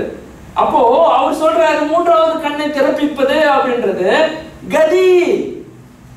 If you can see the vision இருக்கு, அப்படியே கண்ணு முன்னாலே அது கண்ணுல தெரியும், அதோ பார்க்கின்றேன் அதுதான் அப்படின்னா அவன் போகும்பொழுதே அவனுக்கு மூன்றாவது கண் திறந்தது. இது யாரும் நெட்டு கண் திறப்பினும் குற்றமிட அந்த மாதிரி இல்லை. கண் திறப்பு அப்படின்றது இல்ல, கண் உள்ளே மூன்றாவது கண் இருக்கின்றது. அந்த கண்ணை நீ விழிப்பாக பார்த்துக்கொள், அதுவே உனது கதியினுடைய கண்களாக நிற்கும். நீ பார்க்கக்கூடிய அந்த பிறப்பருக்கும் அந்த உண்மையினுடைய கண்கள் உன் கண்களுக்கு அப்படி தெரியும். அப்படி கண்ணை மூடனுடைய இதுதான் என்னுடைய கண்கள். அப்ப அந்த கண்களுக்கு எது தேவையோ அதற்கான காட்சிகள் அங்கே வரும். காட்சிகள் அப்படி அகப்படுத்த முடியும். அகக்காட்சி, மனக்காட்சி, எல்லா காட்சிகளும் அங்கே எழுப்பும். அப்போ உயிரினுடைய அந்த எழு நிலைகள்ல என்னென்ன காட்சிகளை நீங்க பார்க்கவிருக்கின்றீர்கள்? தற்பர காட்சி. அப்போ அதுதான் அவ்வளவு அழகாக சொல்லுவாங்க. இந்த திருமூலர் சொல்லுவாரு, கற்பனை கற்று கலைமண்ணும் மெய்யோகம். நான் நிறைய உண்மைகளை கற்கின்றேன், பார்க்கின்றேன். ஒவ்வொரு skills, I learn the skills அப்படி சொல்றாரு.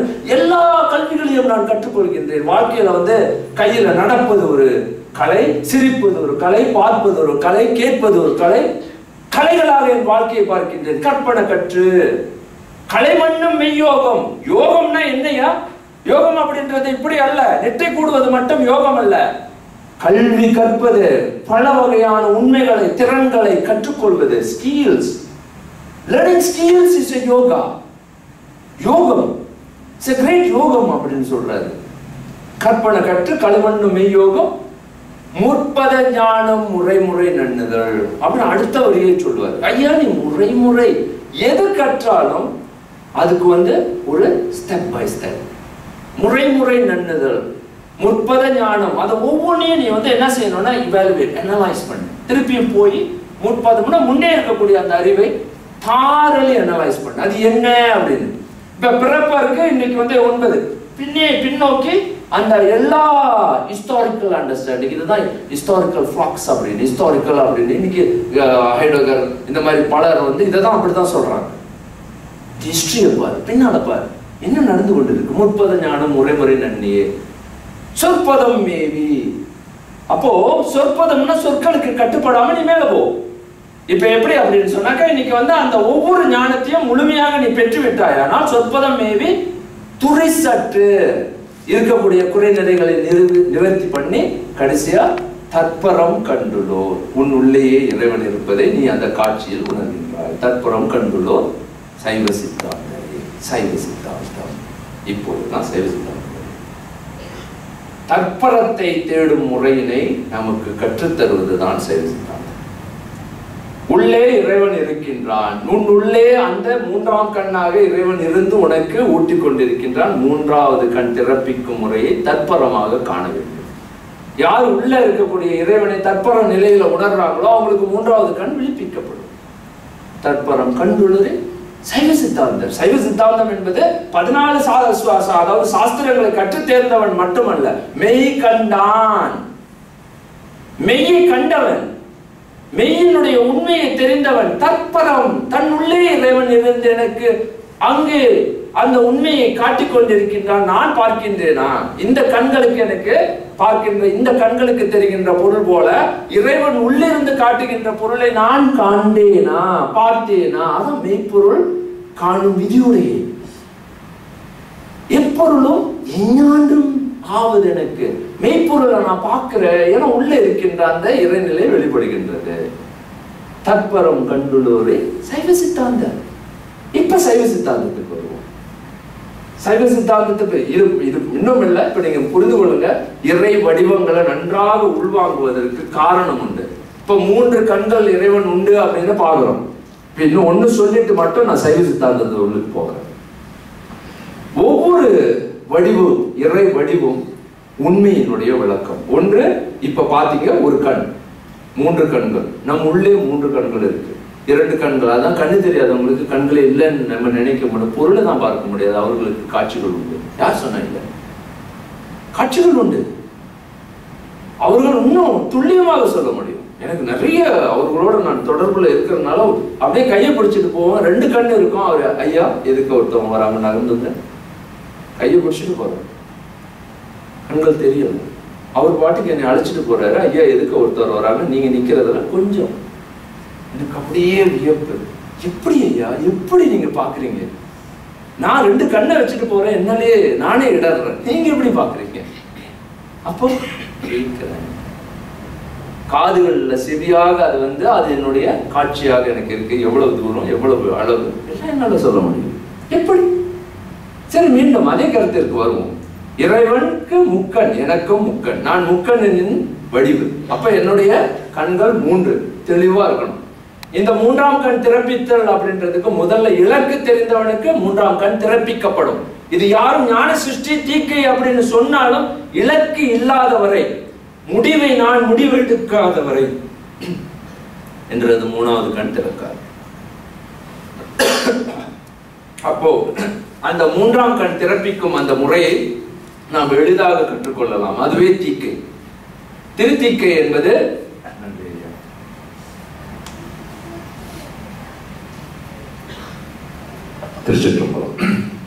அதுவே தீக்கை. அதாவது கண் திறப்பிக்கும் அந்த முறையை நமது முன்னோர்கள் இலக்கின் வடிவாக பார்க்கிறாங்க. அந்த இலக்கு ப்ரொஜெக்ஷன், உள்ளே இருக்கக்கூடிய அந்த ப்ரொஜெக்டிவ் மைண்ட், அந்த பவர் ஆஃப் எனர்ஜி, அந்த இது அவ்வளவு பெரிய ஆற்றலாக அது வெளிப்பட்டு நிற்கும். அந்த ஆற்றலை நம்ம எப்படி உணர முடியும்னா அதுதான் பாருங்க, நம்மளுடைய மனதினுடைய மனத்தின்மை, அதாவது வினைத்திற்பம் அப்படின்னு அது ஒரு பெரிய ஒரு ஸ்ட்ரென்த். அப்படியே பார்க்கலாம், உணர முடியும். அதுக்கு எல்லாத்துக்கும் அதை சொல்லுவாங்க, அந்த கோல் அப்படின்னு சும்மா சாதாரணமா சொல்லுவாங்க, ஐயா இலக்கு குறிப்பு. அந்த குறிப்பு மிக மிக உன்னதமான உயர்நிலைப்பட்ட இறை திரு குறிப்பை விளக்கும் ஒரு பொருளாக இருக்கும் பொழுது அதை விட இன்னும் மாபெரும் சிறந்த ஒரு இது இருக்க முடியும், வழிகாட்டல் இருக்க முடியும். அப்போ உள்ளத்துல அந்த மாதிரியான ஒரு இலக்கியம் குழந்தைகளிடையும் நம்முடைய பிறந்துட்டோம், வாழ்ந்து முடிப்போம் அப்படின்னு இல்லாம அந்த பிறப்பினுடைய பிறப்பறியும் பிறப்பறுக்கும் அந்த உணர்வை என் உள்ளத்துல நான் தேற்ற முடியுமா? அதைத்தான் சொல்றாரு. மண்ணில் நல்ல வண்ணம் வாழலாம் வைகளும் எண்ணில் நல்ல நீ கதியை நல்ல கதியை நீ நினைத்து விட்டாய், ஆனால் உனக்கு என்னையா கஷ்டம்? அப்ப அந்த விஷனை எவ்வளவு ஆழமா எம்பசைஸ் பண்றாங்க. எந்த இடத்துல இந்த மாதிரிலாம் அவ்வளவு ஸ்ட்ரென்த். இன்னைக்கு நீங்க பாத்தீங்கன்னா நிறைய ஆங்கிலேயர்கள் கொடுக்குறாங்க, விஷன் இதையே யோசிங்க அப்படின்னு. நம்ம முன்னோர்கள் கொடுக்கலையா? எப்படி கொடுத்திருக்காங்க பாருங்க. ஆனா அல்டிமேட் கோல், அடிப்படையை புரிந்து கொள். சும்மா இங்கே நாளைக்கு இது வேணும் அது வேணும் இன்னைக்கு இது வேணும், ஒவ்வொரு நாளோட போராட்டம் இல்ல, நாட்களோடு போராட்டம் இல்ல, பிறப்பிற்கே நான் தீர்வு சொல்ல வேண்டும் அப்படின்ற அந்த உறுதியுடைய அந்த உறுதி நிலைப்பட்ட அந்த மனமுடையவனை தான் அவங்க பார்க்க விரும்புகின்றார்கள். அப்ப தமிழர்கள் இப்படி உருவாக வேண்டும். அந்த ஞான சம்பந்த அந்த பெரு நிலையை உணர்ந்தவர்களாக, அந்த உணர்வில் அதாவது தேற்றம் பெற்றவர்களாக இருக்க வேண்டும். அந்த உணர்வு நம்ம உள்ளத்துல அப்படியே இருக்கணும், உறுதிப்பட நிற்கணும். இலக்கு இதுதான். அப்ப இறை திருவடியினுடைய அந்த வடிவு என்ன போகணும்? அப்ப அருளை நீ ஒவ்வொரு நாளும் பார்க்க முடியும். அப்ப the grace அப்படின்னு சொல்றது இதுதான் ஆங்கிலத்துல opportunity அப்படின்றாங்க. You can see the grace. எதுலையுமே ஒரு பலவீனம் இருக்கிற மாதிரி தோணும், அதுல கிரேஸ், அதாவது அதனுடைய அருள் வெளிப்படும். ஐயா ஒரு கண்களுக்கு என்ன தெரியாது, அது நோயா, அது இடர்பாடா, இல்ல துன்பமா? இல்லை, துன்பத்தின் ஊடே இன்பம். துன்பத்தை பார்த்த நான் இன்பத்தை பார்க்கின்றேன், ஏன்னா இதற்கும் எனக்கு ஒரு உண்மை கிடைக்கின்றது, இதுவும் எனது உண்மையை விளக்குகின்றது, எனக்கு ஒரு உண்மையை கற்றுத் தருகின்றது. இப்ப எப்படி இயற்கை நமக்கு நிறைய பாடம் எடுத்துக்கொண்டே இருக்கு. ஒரு கருத்தை நான் சொல்றேன். இப்ப அதிகமாக உணவை சீனி எடுத்து போட போட போட உடம்புல டயபெட்டிஸ் வந்துருக்கு. என்ன சொல்ல வருது? நீ அதிகமாக அதாவது சொல்லுவாங்க, அளவுக்கு மிஞ்சினா அமிர்தமும் நஞ்சு, புரிஞ்சுக்கிட்டயா அப்படின்னு உடம்பு உனக்கு எடுத்து சொல்லுது. எது சொல்லுது? இயற்கையாக அது எடுத்து சொல்லுது. இன்னும் நீ கட்டுப்படுத்த விரும்பலையா, நான் இன்னும் எடுப்பேன் அப்படின்னு அதை எதிர்த்து நீ போராடினா கால் எடுக்கணும், அடுத்தது கண்ணு போயிடும். அப்போ என்ன சொல்ல வர்றாரு? நீ பார், இயற்கைக்கு எதிராக போகின்றாய். அப்போ நோக்கம் அப்படி. அப்போ இலக்கை நன்றாக தெரிந்தவன் உடலை பால்படுத்துவானா? உடம்பினை முன்னும் இழுக்கின்றது. இன்னைக்கு சொல்லி கொடுக்குறாங்க, உடம்பெல்லாம் ஒன்றும் இல்லை, துச்சமா மதிங்கப்பா. அதெல்லாம் சொல்லுவாங்க, உடம்புல துச்சம் ஒண்ணுமே இல்லை, இந்த உடம்பு ஒண்ணுமே இல்லை, தூக்கி போடும். இதெல்லாம் இதை விட்டு கலண்டு போக போது இறந்து போயிடுவீங்க, அந்த உடம்பை வச்சிருவீங்க, இதுக்கு மேல என்ன அந்த உடம்பை மதிக்கணும் அப்படின்னு இல்லை.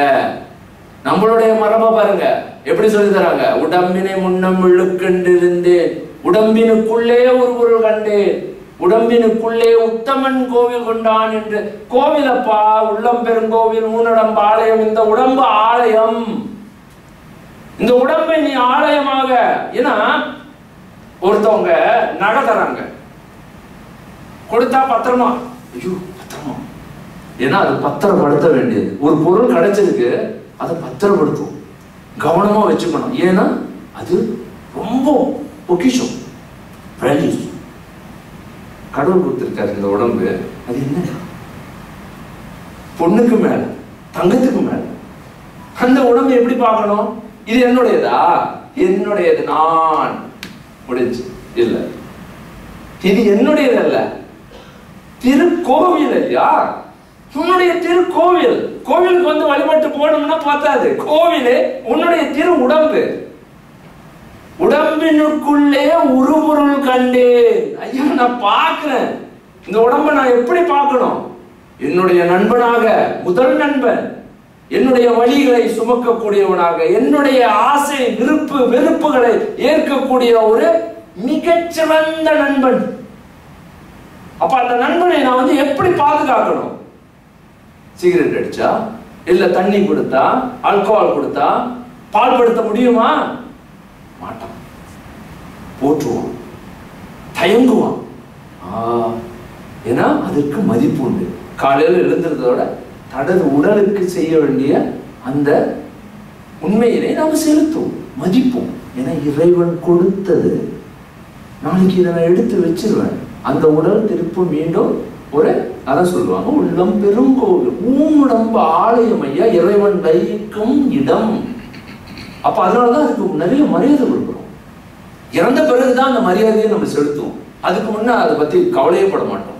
இறந்த பிறகு அங்க பார்த்தும் கடத்தி அதுதான்ப்பா அப்படின்றத அப்பதான் பாக்குறோம். ஆஹா, இந்த இடத்துல ஒரு உயிர் இருந்ததப்பா, இந்த உயிர் போயிருச்சு, இப்பதான் அது வந்து இல்லாத, இறைவன் குடிகொள்ளாத ஒரு இடமாக அங்க இருக்கு.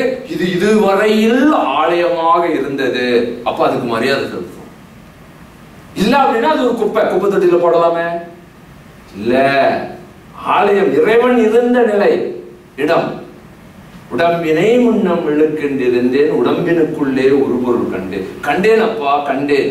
ஏன்னா இங்கதான் இறைவன் இருக்கின்றான். ஒரு பொருள் கண்டேன், உடம்பினுக்குள்ளே உத்தமன் கோவில் கொண்டான். இறைவனுடைய என்னுடைய உத்தம தன்மையே எவ்ரிடே என்ன வந்து ஒரு டெஸ்டிங், ஒரு களத்துக்கு அனுப்புறாங்க, ஒரு எக்ஸ்பெரிமெண்டல் இதுக்கு மாதிரி உள்ள தள்ளுறாங்க, களத்துள்ள காமிக்கு நான் எனது உத்தமனை, அந்த உத்தம தன்மையை. என் உள்ளுக்கு வந்து ஒரு போராட்டம் இருக்கு. அந்த இவள் அண்ட் அந்த டெவல் அப்படின்னு சொல்லக்கூடிய அந்த உத்தம தன்மைக்கு எப்போதும் ஒரு கேடுகள், அதாவது வந்துகிட்டே இருக்கும். அதை நான் சரி செய்கின்றேனா? பொறாமை, வெறுப்பு, மாச்சரியம் எல்லாம் வந்து நின்று அப்படி நிக்குது. இதெல்லாம் வந்து இது இல்ல, உத்தம உண்மை கிடையாது. அந்த உத்தமனை கோவில் கொண்டான், உள்ளத்துல இருக்கிறான், கோவிலாக இருக்கின்றது. கோவில் கொண்டான் என்று நான் இருந்து ஓம்புகின்றேன். குழந்தைகள் தன்னை அறிய தனக்கு ஒரு கேடு இல்லை, தன்னை அறியால் தானே கெடுக்கின்றான். அப்ப தன்னை அறிதல்னா என்ன? உடம்புல உத்தமன் இருக்கின்றான் புரிந்து கொள்ளும் சைவ சித்தாந்தம். அப்போ இதை பற்றி பேசிக்கொண்டே இருக்கலாம். அதனால்தான் மாதுரு பாகம். திருப்பியும் கேட்கிறேன், மாதுரு பாகம் இருக்கா? நாம் எல்லாம் ஆணும் பெண்ணுமா? நன்றாக புரிந்தீர்களானால் இதுதான் பெரிய சீக்ரெட். தி சீக்ரெட் ஆஃப் இது. உனக்கு எத்தனை உடம்பு அப்படின்னு எங்க குழந்தைகளுக்கு எல்லாம் சொல்லி கொடுத்துருவோம். உங்களுக்கு எத்தனை உடம்புப்பா? ஒரு உடம்பு அப்படின்னு சொல்லுங்க. பிள்ளைங்க எல்லாம் தெளிவா சொன்னாலும் ஒரு உடம்பு. ஆனா அங்க ஒரு உடம்பாக தோன்றினாலும் இரு உடம்பு. இருமையில் ஒருமை. இறைவன் இருமையில் ஒருமை. இப்ப நான் கேட்கிறேன், உண்மையா இல்லையா? நீங்க உங்களை கேளுங்க. எனக்கு ஒரு உடம்பா இரு உடம்பா? இருமையில் ஒருமைன்னு நான் சொல்றேன் ஒரு அப்படின்ற ஒரு கருத்து. என் உடம்பு இருநிலை ஒருமையாக நிற்கின்றது, ஒரு உடம்பா நிற்கிறது. எப்படி? ஒரு கேள்வி. ஐயா நீங்க எதுல எழுதுவீங்க? எந்த ஹேண்ட்? ரைட்டா லெஃப்டா? ஏன் லெஃப்ட் எழுதுது? உங்க உடம்பு, உங்களுடைய இன்ஸ்ட்ரக்ஷன்ஸ். ஏன் அடுத்த ஹேண்ட் வேலை பார்க்க மாட்டேங்குது?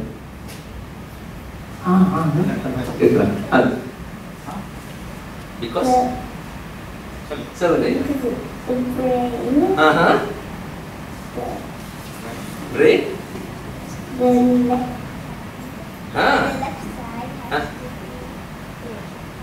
ஓகே, அவர் விஷயம் புரிஞ்சிருச்சு. கரெக்டா சரியா சொல்றாரு. அவர் என்ன சொல்றாருன்னா புரிஞ்சிருச்சு ஐயா. ரைட், முடிச்சிருங்க.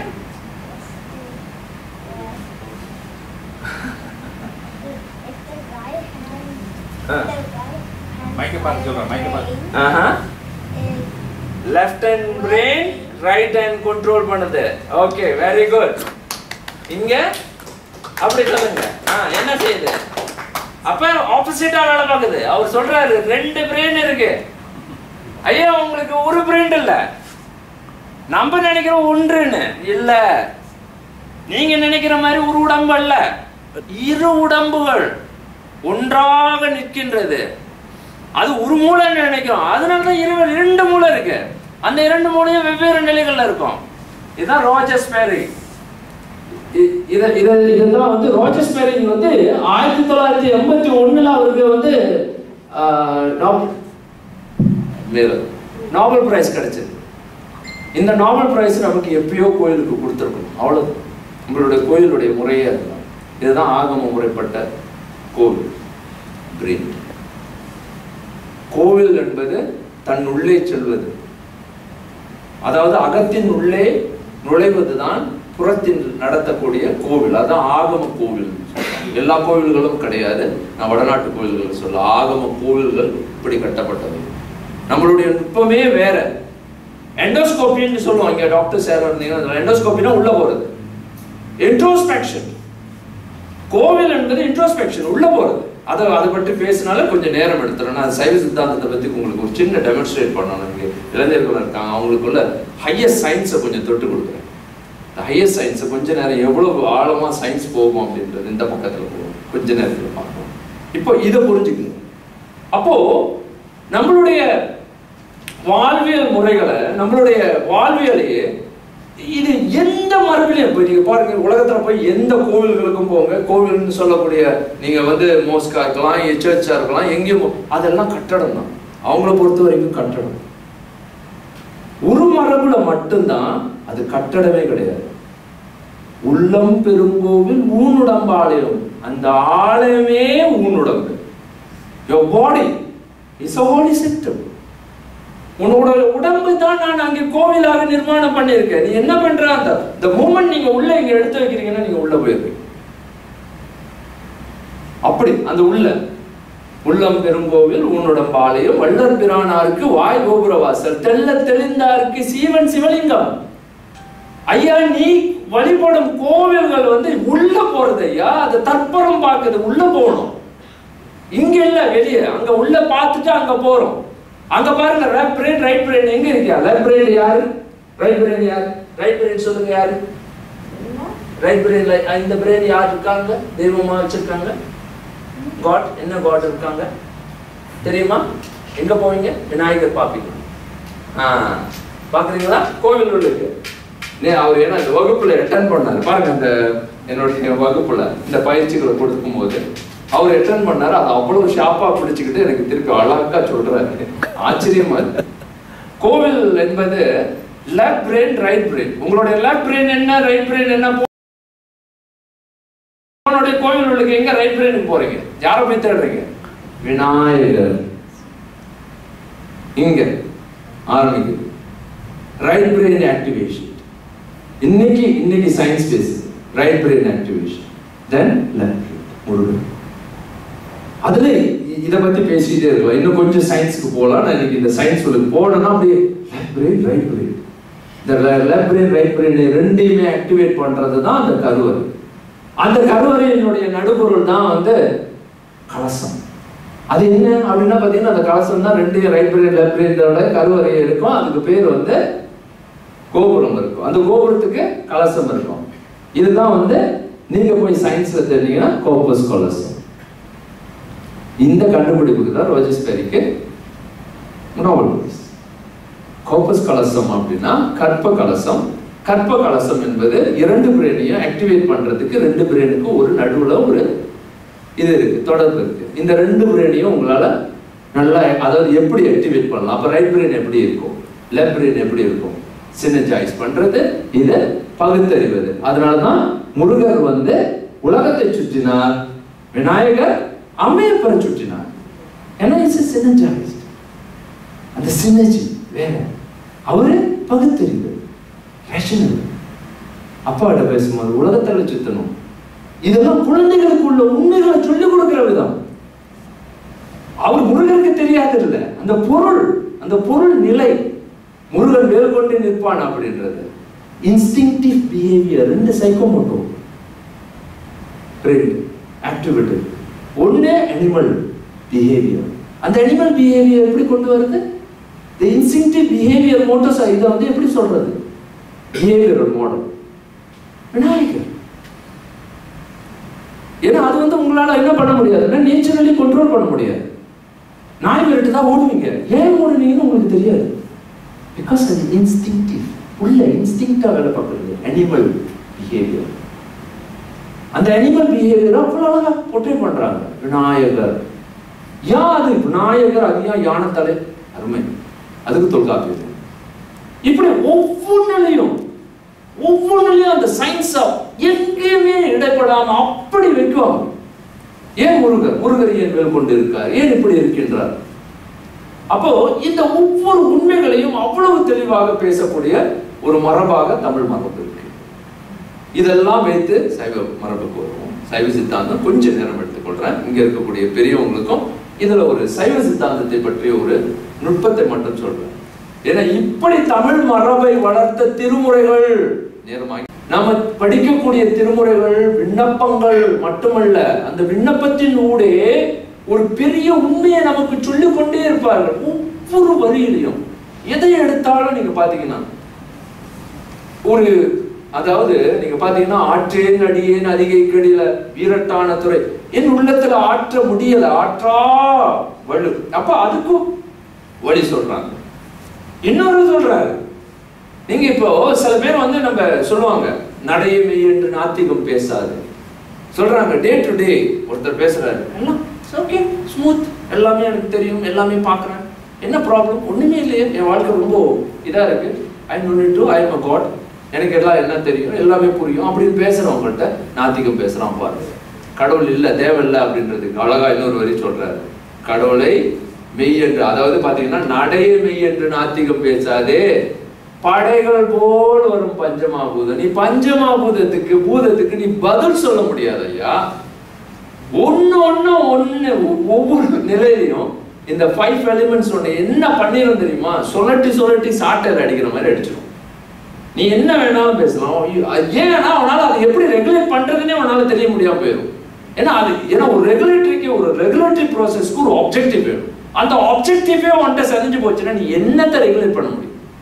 ஒண்ணுமே பண்ண முடியாது. கொஞ்ச நேரத்துல உன்னை அடிச்சுக்கிட்டே போகும். பிகாஸ் ஒரு ஆப்ஜெக்டிவ் எது இருந்தாலும் நம்ம என்ன நினைக்கிறோம், உலகத்துல எனக்கு இப்ப கெமிஸ்ட்ரி தெரியும், அதனால நான் இந்த உலகத்துல உள்ள கெமிஸ்ட்ரி எல்லாத்தையும் நான் புரிஞ்சுக்கிட்டேன் அப்படின்னு. இன்ன வரைக்கும் டாக்டருக்கு நீங்க போனீங்கன்னா டயக்னோஸ் பண்ணும்போது ஏதாவது கரெக்டா சொல்ல முடியுதா? இந்த அக்யூரேட்டா இது பண்ணிடலாம் அப்படின்னு அவங்களுக்கே தயக்கம் இருக்கும். நல்லா கேட்பாங்க. ஏன்னா எத்தனை ஆண்டுகள் படித்தாலும் உள்ளே இருக்கக்கூடிய நடக்கக்கூடிய 2-3, அதாவது ஒரு ஃபேக்டர் 2 ஃபேக்டர் 3 ஃபேக்டர் அதாவது பல ஃபேக்டர்ஸ் உள்ள போகும்போது அவங்களுக்கு எப்படி கண்ட்ரோல் பண்றதுன்னே தெரியாது. சரி, இது இப்படி நம்மளுடைய வாழ்வியல் திருமுறைகள் திருமுறை என்பது வாழ்வியல் தான், வாழ்க்கையை விளக்கக்கூடிய சைவ சித்தாந்தத்துல ஒரு குறிப்பிட்ட சின்ன குறிப்பை மட்டும் குறித்து நான் சொல்லிடுறேன். ஏன்னா சைவ சித்தாந்தம் என்பது பிறப்பினுடைய இந்த பிரச்சனைகளுக்கு என்ன தீர்வு அப்படின்னு சைவ சித்தாந்தத்துடைய ஒரே ஆரம்பத்தை மட்டும் சொல்றேன். இந்த ஆரம்பத்தை தான் சைவ சித்தாந்தம் கேள்வியாக மாற்றுகிறது. இதுதான் எதையுமே சிந்திக்காதே ஒரு பொருளை சிந்திக்கணும். அதாவது மர்ஃபி லாஸ் அப்படின்னு இருக்கு. அது என்ன சொல்றாருன்னா, why there are things, அதாவது என்ன சொல்றேன்னா why things tend to get wrong அப்படின்னு ஒரு சின்ன வரியை சொல்றாரு. அப்ப நான் பார்க்கிறேன் எதற்காக பொருள்கள் அதாவது பால்படுகின்றது அப்படின்னா புரியுதா? அது எப்படி பழுக்கள் நடக்குது. அதாவது அதோடைய இப்போ ஒரு சின்ன விஷயம், இந்த இது வந்து பாட்டில் வச்சுக்கொள்ளுங்க. இந்த பாட்டிலில் நான் ஒரு கொஞ்ச நேரத்தில் இந்த சயின்ஸை சொல்லிடுறேன். நீங்கள் பாருங்க, ரொம்ப ஆச்சரியமான சயின்ஸு, எவ்வளோ ஆழமான சயின்ஸு, எவ்வளோ அழகாக நம்மளுடைய தமிழர்கள் கேப்சர் பண்ணுறாங்கன்னு. இப்போ இந்த பாட்டிலை நான் கீழே போட்டேன் அப்படின்னா இது கிளாஸாக இருந்துச்சுன்னா தெரிச்சு போயிடும். இப்போ தெரிச்சதுன்னா அது பால் பட்டு போச்சு. அதுக்கு மேலே இந்த கிளாஸ் என்னால் பயன்படுத்த முடியுமா? அதை பயன்படுத்த முடியாது. இப்போ கேள்வி என்னன்னா, ஏன் வந்து இதை மர்ஃபி கேட்டது, இது லான்னு சொல்கிறாங்க, இதுதான் லா அப்படின்னு அவங்க சொல்கிறாங்க. இந்த லாவை தான் சயின்ஸ் படிக்கிற ஃபிசிக்ஸோட இல்லை கெமிஸ்ட்ரியோட நான் கனெக்ட் பண்ணுறேன். இதுதான் தெர்மோடைனமிக்கோட செகண்ட் லா, அதாவது என்ட்ரோபி. இந்த என்ட்ரோபி என்னது?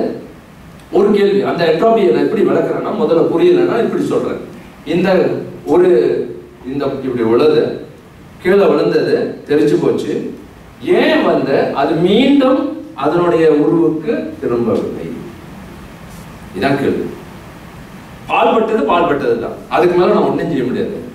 ஏன் அது மீண்டும் அதனுடைய தன் உருவுக்கு திரும்பி வரணும்? இந்த கேள்வியை தான் முதல் கேள்வியாக கேள்வி. ஏன் வந்து என்னுடைய உடம்பு மரணத்தை நோக்கி போகின்றது, ஏன் என்னுடைய உடம்பு வளர்ந்து பால்படுகின்றது அப்படின்னு அந்த கேள்வியை கேட்கிறாங்க.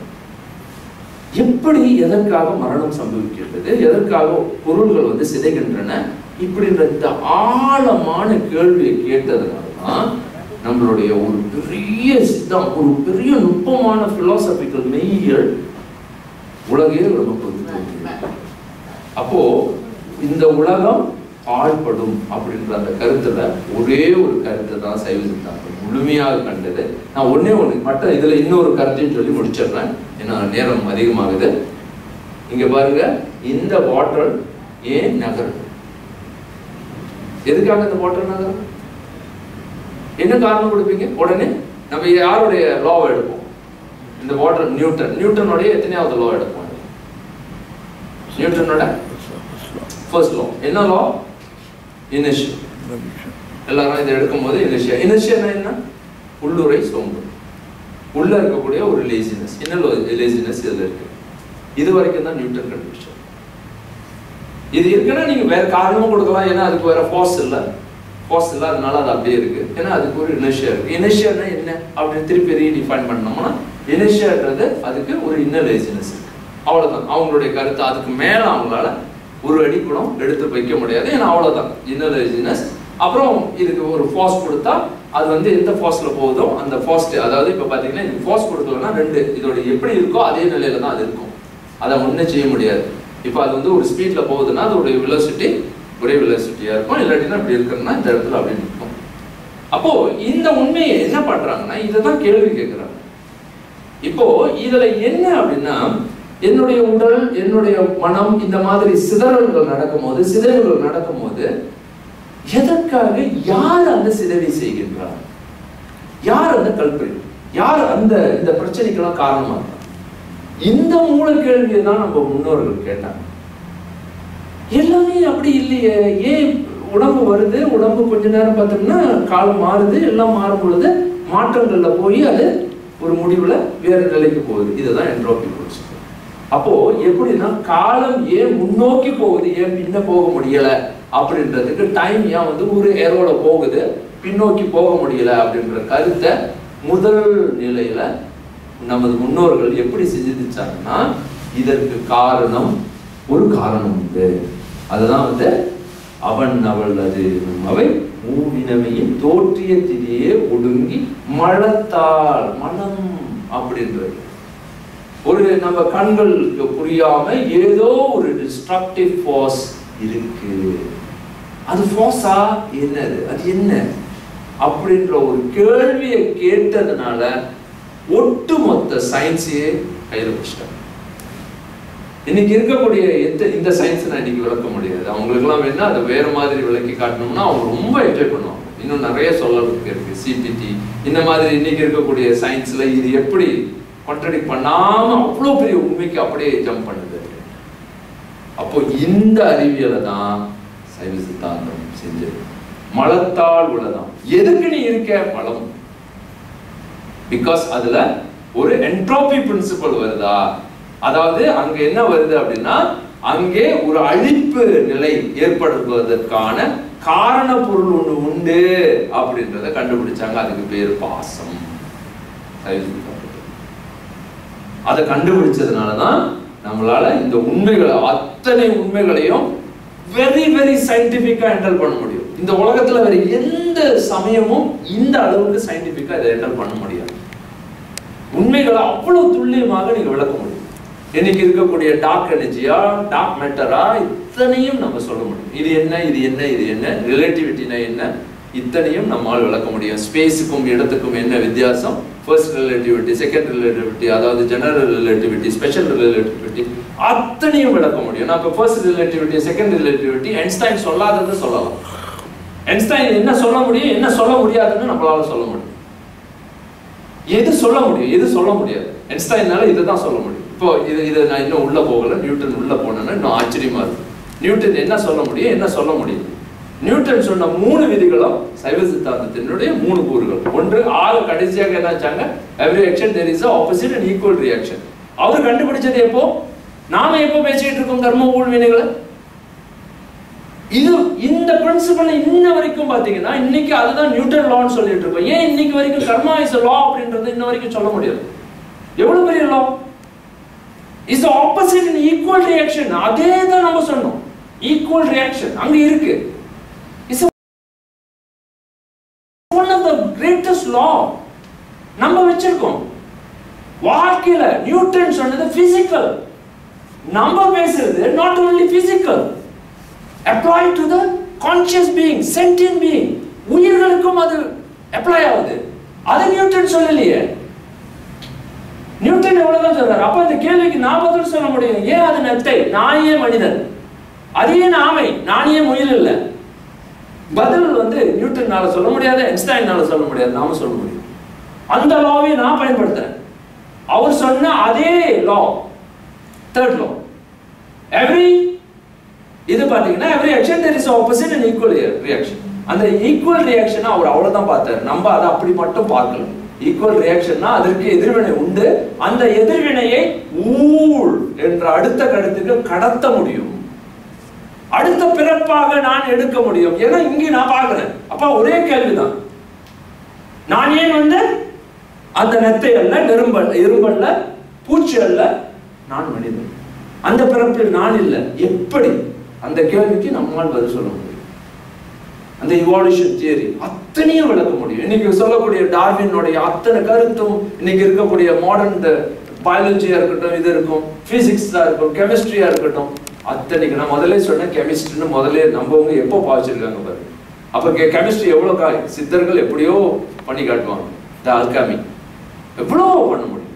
அவ்வளவுதான் நம்மளுடைய எவ்வளவு பெரிய ஒரு அறிவியல் மரபை கொண்ட, அறிவியல் வாழ்வியலை கொண்ட, ஒரு மரபை தாங்கி நிற்கக்கூடிய ஒரு மரபு சார்ந்த ஒரு வாழ்க்கையை நமது முன்னோர்கள் நமக்கு கொடுத்து சென்றிருக்கின்றார்கள். இன்றை வரை ஒரு உண்மையை மட்டும் முடிச்சிடுறேன். இன்றை வரை எந்த அறிவியலோடும், குவாண்டம் பிசிக்ஸ் லேட்டர், அதாவது 22ல என்டேங்கிள், அந்த லேட்டஸ்ட் தியரி வரைக்கும் இன்ன வரைக்கும், அதாவது கான்ஃப்ளிக்ட் ஆகாம அந்த உண்மையை விளக்கக்கூடிய ஆற்றலாக விளங்கக்கூடிய ஒரே மரபு நமது மட்டும்தான். ஒன்லி. நீங்க எங்கேயுமே இந்த மாதிரியான நுட்பத்தை பார்க்க முடியாது. அப்படிப்பட்ட ஒரு பண்பாட்டினுடைய, அறிவியல் பண்பாடு, வாழ்வியலினுடைய ஒவ்வொரு, அதாவது உண்மைகளையும் விளக்கக்கூடிய அந்த உண்மைகளை கொண்ட அந்த மரபு, பக்தி மார்க்கம் என்ன, அப்படிப்பட்ட இறை நிலையை, பெருநிலையை பெற்ற அந்த சைவ மரபு, திருமரபு, தமிழ் மரபு, வாழ்வியல் கோட்பாடுகள் நம்மிடையே இருக்கின்றது அப்படின்னு சொல்லி, மீண்டும் மண்ணில் நல்ல வண்ணம் வாழலாம், வைகளும் எண்ணில் நல்ல கதிக்கு யாதுமோர் குறைவில்லை.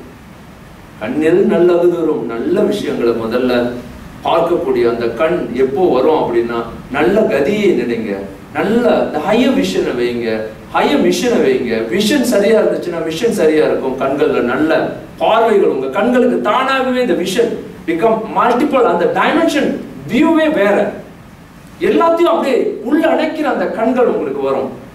அந்த வைடர் ஸ்கோப், அந்த ப்ராடர் மைண்ட், அப்படியே அந்த மனசுல இருக்கக்கூடிய அந்த கட்டுகள் எல்லாத்தையும் களைஞ்சி அவங்களை அப்படியே பார்க்கின்ற அந்த கண்களே பெரிதாக இருக்கும். மனிதர்களை எளிதாக புரிந்து கொள்ள முடியும், செயல்களை அழகாக தெரிந்து கொள்ள முடியும். அதற்கு ஒரே காரணம் நம்முடைய உள்நோக்கம், அந்த இலக்கு, இறைவனுடைய திருக்குறிப்பை உள்ளார்ந்த முறையில உள்ளார்ந்த நிலையில அறியக்கூடியவர்கள். கண்கள் அவர்களுக்கு நல்லதாக கண்களில் ஊறிக்கொண்டே இருக்கும். ஆகவே கண்ணில் நல்லது தரும் கடுமலர் வளநகர் பெண்ணில் நல்லாளோடு இறைவனே நல்லாளாக அந்த இறை தாய் தந்தையராக இருந்து அப்படி நம்மை எத்தனையோ பல்லாயிரம் உயிர்களை ஆழ்வித்துக் கொண்டிருக்கின்றார். அந்த ஆழ்விப்புல நான் எனக்கு ஒரு பங்கு கொடுத்திருக்கின்றார். அந்த பங்கில் நானும் உயிரை வளர்க்க முடியும் அப்படின்னு நான் ஒரு உயிரை வளர்க்கும் போதுதான் நான் என்ன அறிந்து கொள்கின்றேன். என் உயிர் ஏன் இப்படி கஷ்டப்படுது, இந்த உயிர் ஏன் இவ்வளவு கஷ்டப்படுது, அப்போ உயிர்களை பற்றிய அந்த அறிவு எனக்கு தெளிவாகிட்டு அப்படின்ற அந்த கருத்தை வைத்து இன்றைய இந்த திருமுறை வாழ்வியல் எவ்வளவு உன்னதமானது. நமது திருமுறைகளை படிக்க வேண்டும். திருமுறைகளை மேலும் மேலும் நம்ம விண்ணப்பங்களாக உணர்வுகளை விண்ணப்பங்களாக வைப்பதற்கு நமது பெரியவர்கள் விண்ணப்பித்து இறைவனே அருளிய பாடல்கள், இறைவனால் ஆழ்விக்கப்பட்டவர்கள். அந்த ஆழ்விக்கப்பட்டவர்களுடைய விண்ணப்பங்களை நாமும் ஏற்று அந்த விண்ணப்பங்களை நாமும் விண்ணப்பமாக இறைவனுடைய விண்ணப்பம் செய்து பாடும் பொழுது அதுவே மந்திரம், அதுவே உலக வாழ்வியலினுடைய ஒரு முழுமையாக நாம் கருதி இந்த திருமுறை வாழ்வியலும் சைவ சித்தாந்தம் என்ற இந்த உண்மையும் நாம் ஒவ்வொருவரும் வாழ்க்கையில் மேற்கொள்ள வேண்டும் என்று கேட்டு சிவா திருச்சிற்றம்பலம்.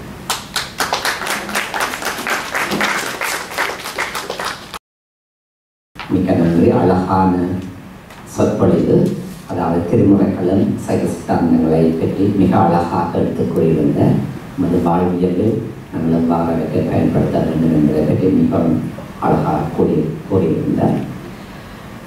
சிட்னி வைகாசிக்கொண்டு வீட்டிற்கும் சிட்னி முருகன் சார்பில் அவருக்கு எங்களுடைய ஆசைகளையும் தொடர்ந்து நூறோடி வாழ வாழ்த்துகின்றோம்.